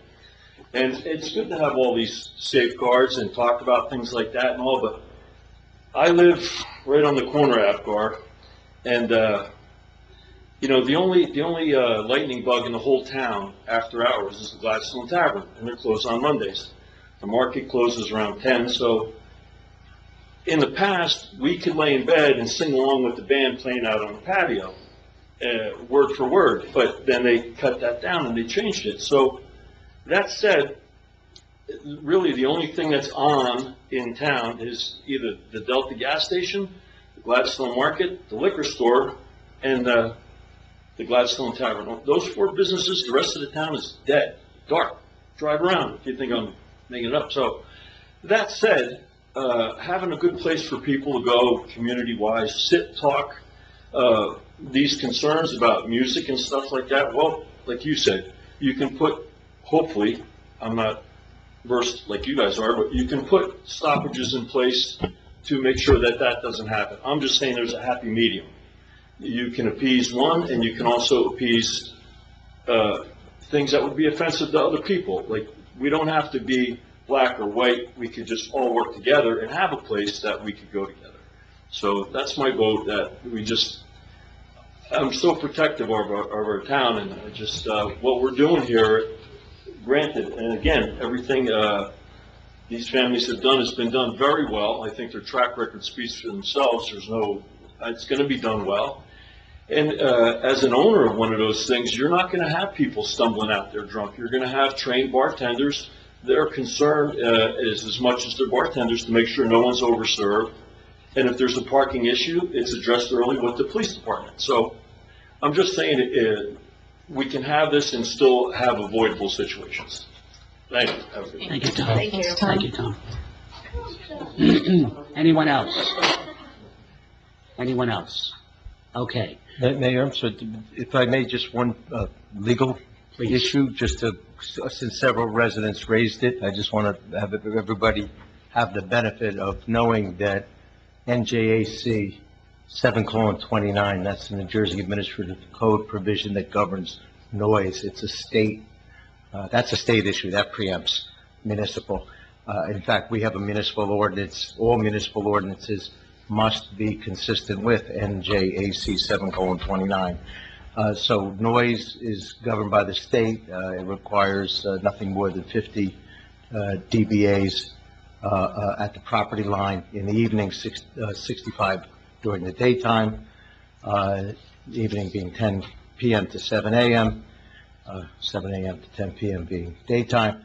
That will govern any establishment, any residence for that matter, in any municipality throughout the state of New Jersey, including our borough. So that's there, regardless of what anyone does anywhere.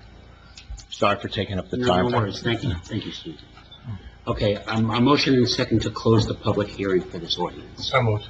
Second. Nancy, a roll call, please. Councilwoman Murphy? Yes. Councilman Cortello? Aye. Councilwoman Sueda? Aye. Council President Sweeney? Aye. Councilwoman Weibel? Aye. Okay, before we move on to a motion to adopt, I'd like to open it up just for a council, any deliberation amongst the council to discuss this. Yeah, I mean, I have a few things to say about it. I was at the land use board when it was addressed whether this was consistent with our master plan, and, you know, I had some of the same concerns brought up by Mr. Downing.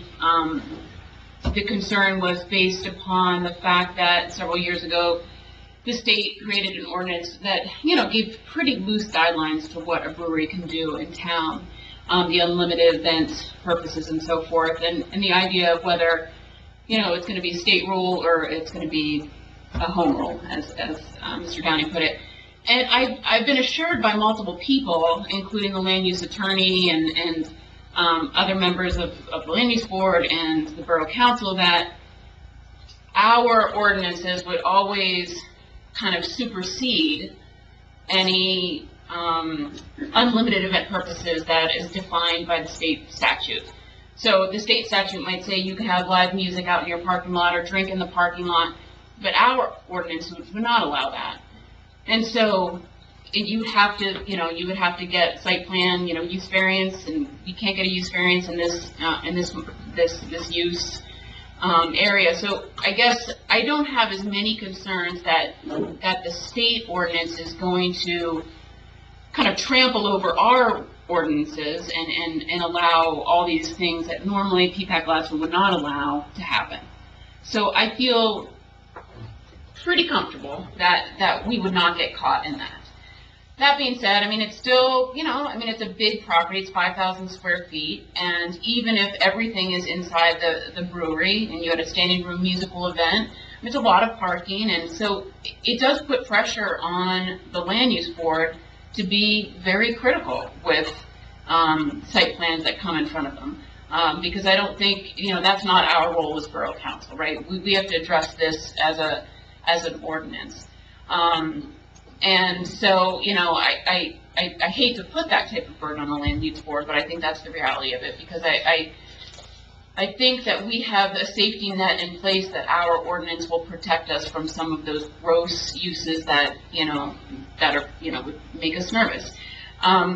Addressing them kind of consistent with our historic character, I have to say that I sort of lean towards the audience and how, you know, Peapack Gladstone, as for many of us, it's a great place. I love this town so much. That's why I'm sitting up here. But I like to hang out, and it's the idea of having a social place is appealing. And it doesn't make me nervous, the idea of having a handful of cafe tables out on that sidewalk. I think that would be kind of a fun thing to walk by and see, you know, other residents sitting there. So I think that with the ordinances we have in place and the land use board doing their due diligence and our police doing their due diligence and you know, zoning doing their due diligence, I think this could be a good opportunity. And I do see this as a possible you know, growth of the town in a good way. I'm gonna echo your thoughts, Jamie. You know, I had some initial reservations or concerns. I used to be a resident, Gil, you know, right next door, and my thought immediately was, what about the parking lot that's going to be there? What about the parking on the street? But seeing the site, understanding the context, Anthony, thank you for the clarity around timing, right? That's a big thing. You know, going to coincide with what we have timing of the tavern and what Sublime used to be.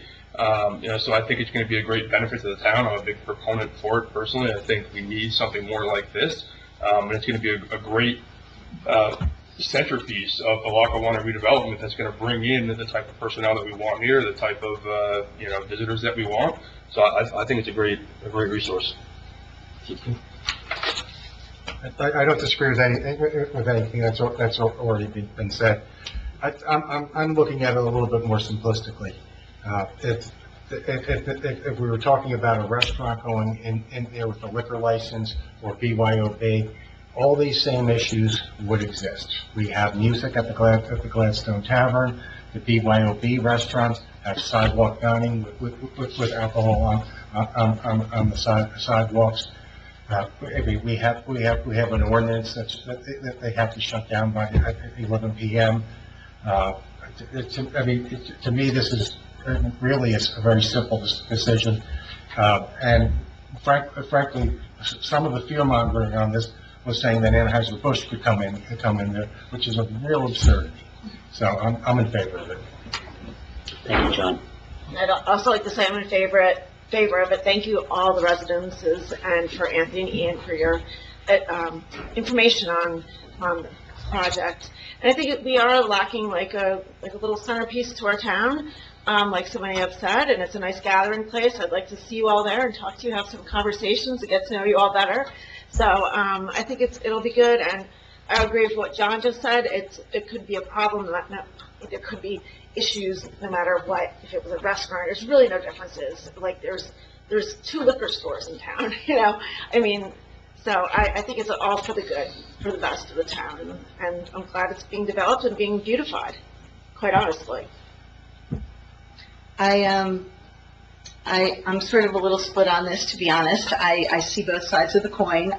Personally speaking, I love the idea.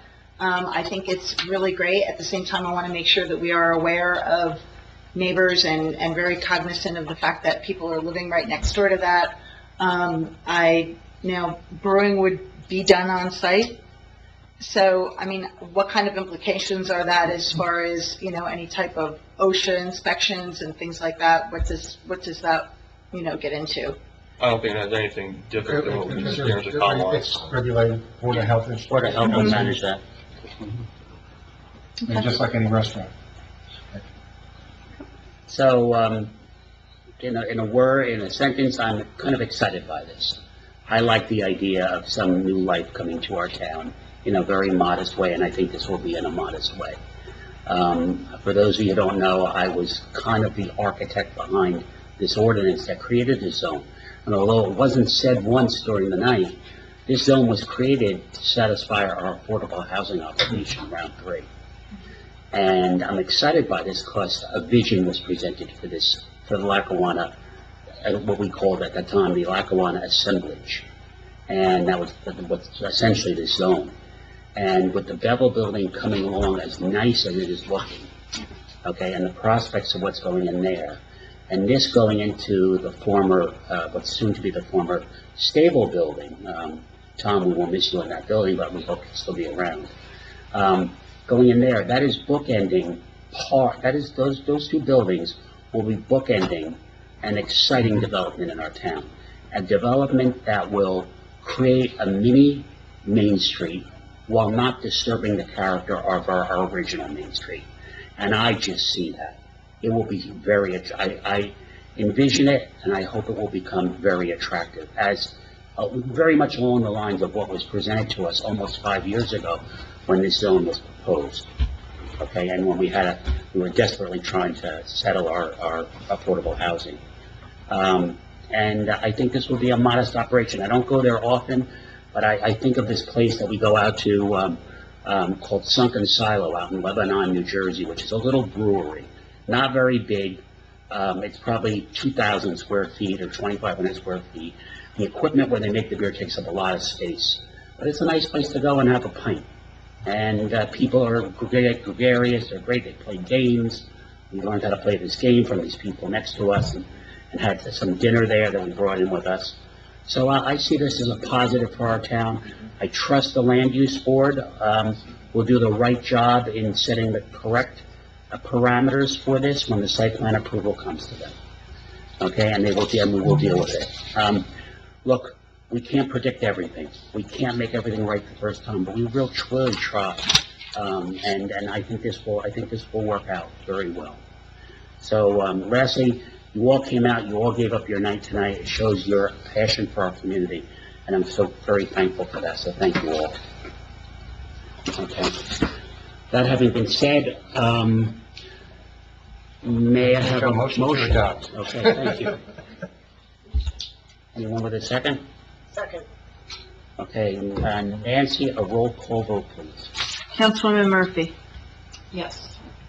Councilman Cortello. Aye. Councilwoman Sueda. Aye. Council President Sweeney. Aye. Councilwoman Weibel. Aye. Okay. Ordinance 1150-2025 is adopted and shall be published by title only in the Bernardsville News in accordance with the law. Let's move on to ordinance 1153-2025. This is an ordinance for the protection of trees in the borough of Peapack and Gladstone. Okay? Now, I just want to tee this one up. This was introduced previously. Some very good comments came out of it. May I just, I just need to make a comment. Mr. Andrea, would you mind, I just want to speak to you. Would you mind if I gave you my card and just send me your email? I didn't feel like I just got called to the police. No, I have something I want to ask you on this. Do you have any recollection of And that? I don't have your contact information. I know who you are, but I don't have your contact information. So I don't need to, That's all right, we're gonna get the information to the police department. No, it's nothing, it's a good thing. Okay. It's Can we just, take your picture real quick? it's all good. It's all good, but I don't know if you noticed, but I was not comfortable speaking. I know, you see, but you were comfortable speaking, that's why I want to talk to you. Thank you, sir. I But you appreciate just send me your email so I can write you. Okay, Mark. Okay, All right, you- thanks. Thank you. Thank you. You didn't get called to the principal, it's a good thing. Anyway, just let me tee this protection of trees. Some very good comments came out about this last time, but those comments were considered substantive, so we do have to reintroduce this ordinance. So, this is 1153-25, an ordinance for the protection of trees in the borough of Peapack and Gladstone. May I have a motion and second to introduce 1153-2025? Second. Okay, roll call vote, please. Councilwoman Murphy? Yes. Councilman Cortello? Aye. Councilwoman Sueda? Aye. Council President Sweeney? Aye. Councilwoman Weibel? Aye.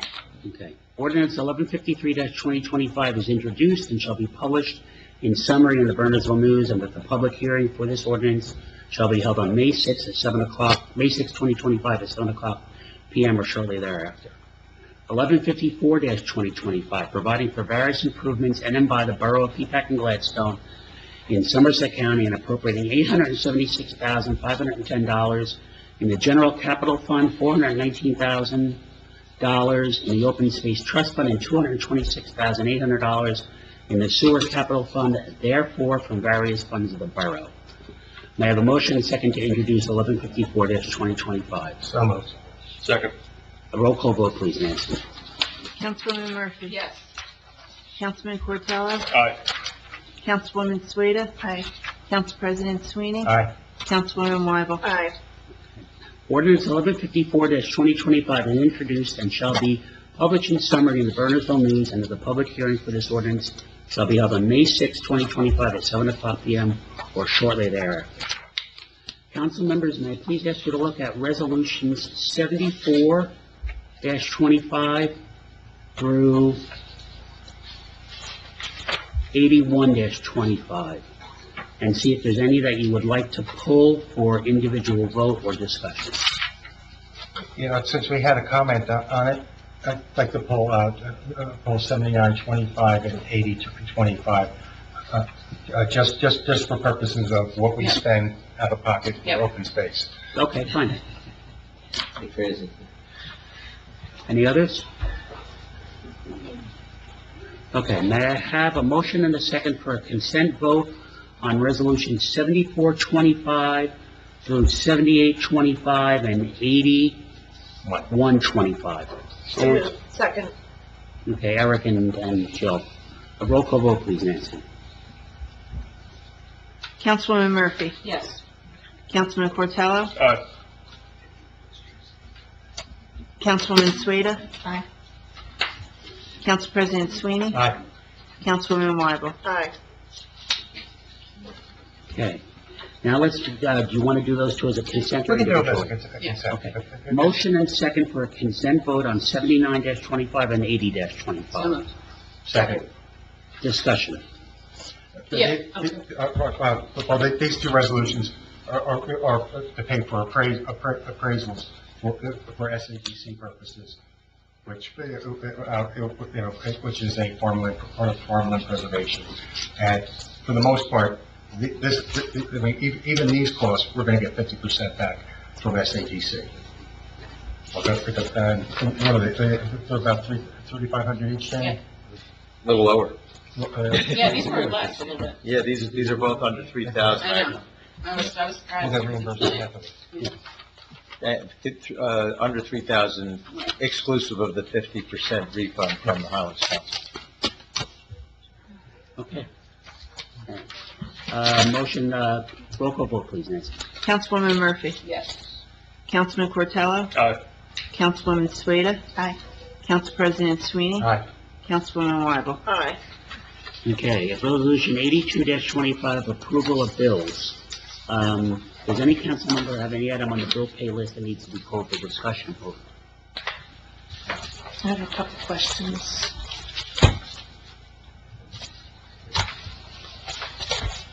On the jet vac cleaning stormwater for the $10,000, is that a contract amount, a flat rate, or a payment? Blanket resolution, blanket, purchase order. Okay, That's the clean out the storm drains right, with the vac. yep. And that's what it costs to do all home for you. And what does the animal trust fund entail? That is the funds that we collect from our dog licensing, Okay. and that's what gets paid out, and that's what uses if a dog is, or a cat is collected and needs to go to the vet, the health officer, that's where that money is paid out of. Okay. Anything else? So we can send the dogs to college. One more. Bethel Ridge Corporation, That's a payment out of the land use board, that is from their escrow deposit. okay. Echo Ridge is one of the developers of the affordables at the end of that. That's the group homes. Yep. That's an escrow payment. Okay. I think that was it. I just wanted to ask something on the finance monthly report.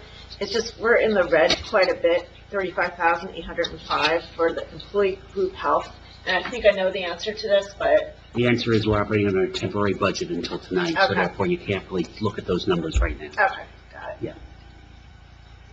So we allocate a certain amount, 25% to operate the town until the budget's passed, and then then we follow the real budget numbers. And And is that based on last year's though? Is that's how much it went up? But it's 25% less. Yeah. Of last year's. Okay. And our Seeing group the health, numbers is just, our group health benefits for this year went up 9.2% from last year. Okay. And I should Which point is out, less than what they, Less than what the state, yes, I less should than what the point out, state, yep, the state went state went up. 16.9. no higher, wasn't it 18? Maybe it was closer Yeah, to that one was 18. 20. That was the original was Yeah, I remember that. 16.9, The state went up. but we went up 9.2, so we went up quite a bit. you get something Even. good for a change. Yeah. Yeah. Well, thanks for getting that comment. I had another Just a- question on the zoning report. We're not at those reports. We're Yeah, we're not still there in yet. those Not ones. yet, okay. Okay, just a friendly reminder on the bill pay list, everyone is always welcome to call Nancy or write her with questions before tonight. Even though it says you want to pull them now, you can always ask them in advance. Okay. Okay? Actually, I take it a little differently. I tend to try, if I have a question, I send it to Nancy in advance so that she knows she knows it, because there's a lot of items there. Okay. So, sometimes she has to go and check on something. So it actually makes it better if you get that answer. You may not get it during the day, you can get it tonight, but, you give her a heads up. A motion and a second to approve the resolution for the payment of bills, please. Second. Okay, Eric, and Jamie and Eric. Roll call vote, please. Councilwoman Murphy? Yes. Councilman Cortello? Aye. Councilwoman Sueda? Aye. Council President Sweeney? Aye. Councilwoman Weigel? Aye. Okay, council reports. I won't read through the list. Does any council member have a report or any item they wish to mention for their respective committees? I have something for police. Go for it. Well, number one, the collective bargaining negotiations began yesterday. We had what I would call a positive meeting. There's a lot of ground to cover between now and the end of the year when we get to put it to contract, but that's in process, and we've got our follow-up meeting already scheduled as well. Officer Dino Shavano, his probation period is over. The next meeting, there will be a resolution indicating that he's off double secret probation. And then the last thing is at the next meeting, we're very excited about it. First time since Greg was chief, actually, we are having police awards at that meeting. And we're going to try and do it at the end of the meeting because Councilwoman Sueda is going to be preparing a little reception for us, right? Right. For the police. And that's our police report. Very good. Nice. Next. Here's a little property, so just to let everyone know that, I met with Brad Fagan, we are gonna try to get 2 lampposts that match the lampposts that are in Liberty Park along Main Street in front of, basically, I discussed in multiple meetings, that we're doing a bump out crosswalk to make it, kind of a visual deterrent for speeding and make it easier to see pedestrians when they're crossing the road. So basically, at the end of that, right in front of Popolux, we're going to do a lamppost, and then further down towards where basically in front of the post office, 2 lampposts, and they'll match the type that are in the park. And feasibly, we'll try to clean up some of the sidewalk that's a little irregular there, and there's an area of like asphalt instead of sidewalk. Try to clean that as well.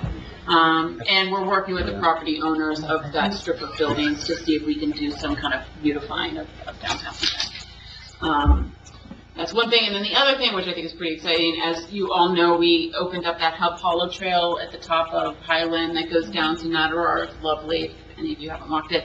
But now we've created, and this is the county did this for us, a loop trail. So now there's 3 trails, River Trail, Summer Trail, and Hub Hollow Trail that create an entire circle around Natterar. So you don't have to kind of walk back and forth. You can do the Can you whole avoid loop. the really big hill? No, John. Heartbreak Hill. Right. We're going to get one of those little staircase chairs for you. Thank you. So it's exciting. I haven't walked it yet because it's been discussing weather, but I'm excited. That's exciting. That's great. And it's really exciting. Look forward to taking the dog out there. Yeah. So much for that. Just in time for summer. Anyone else? Zoning. I had a question about, if there's an ordinance in place for how long issues can remain open. There is no ordinance in place. If the zoning officer is dealing with an issue, it's their Like discretion. violation? Mm-hmm. Yeah. Okay. So if you have a question about one particular open item, I would ask the zoning officer. Okay. Okay.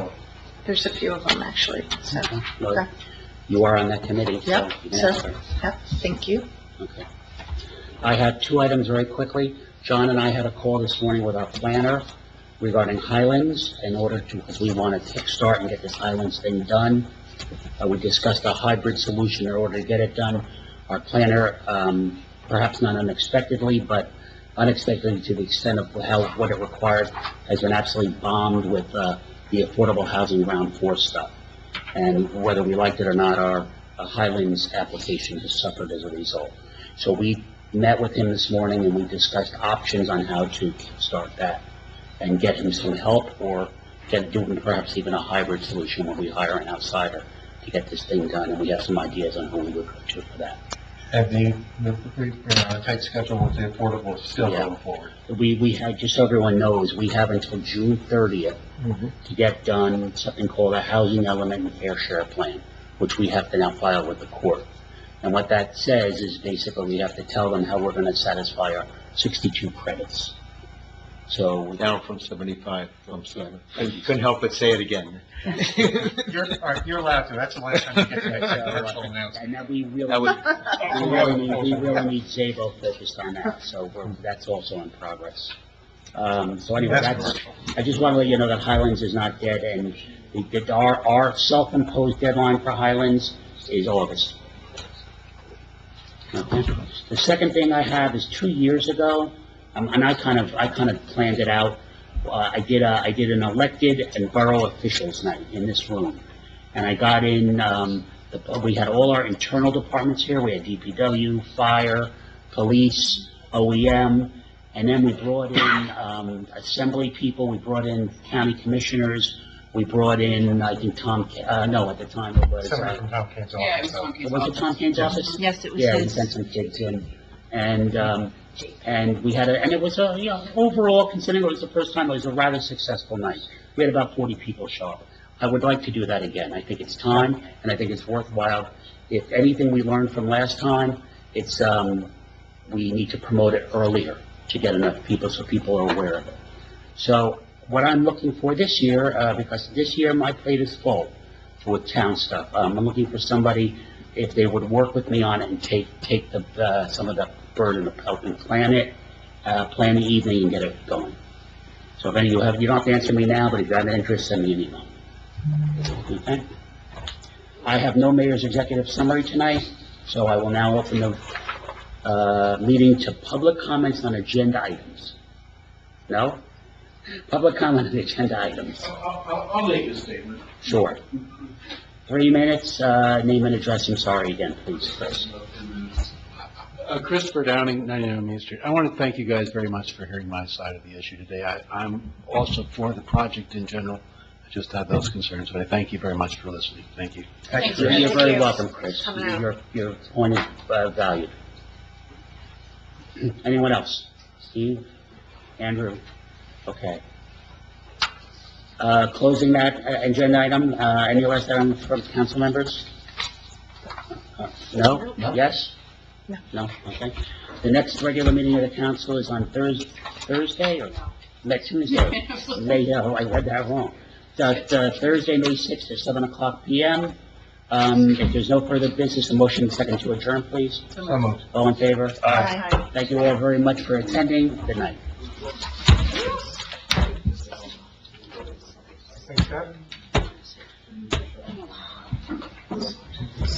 Jamie, let's go pester Ron.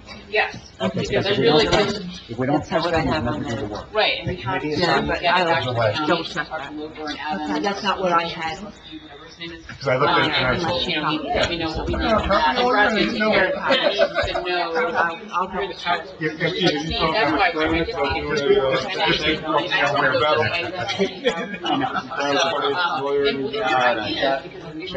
Otherwise, we're all just gonna be real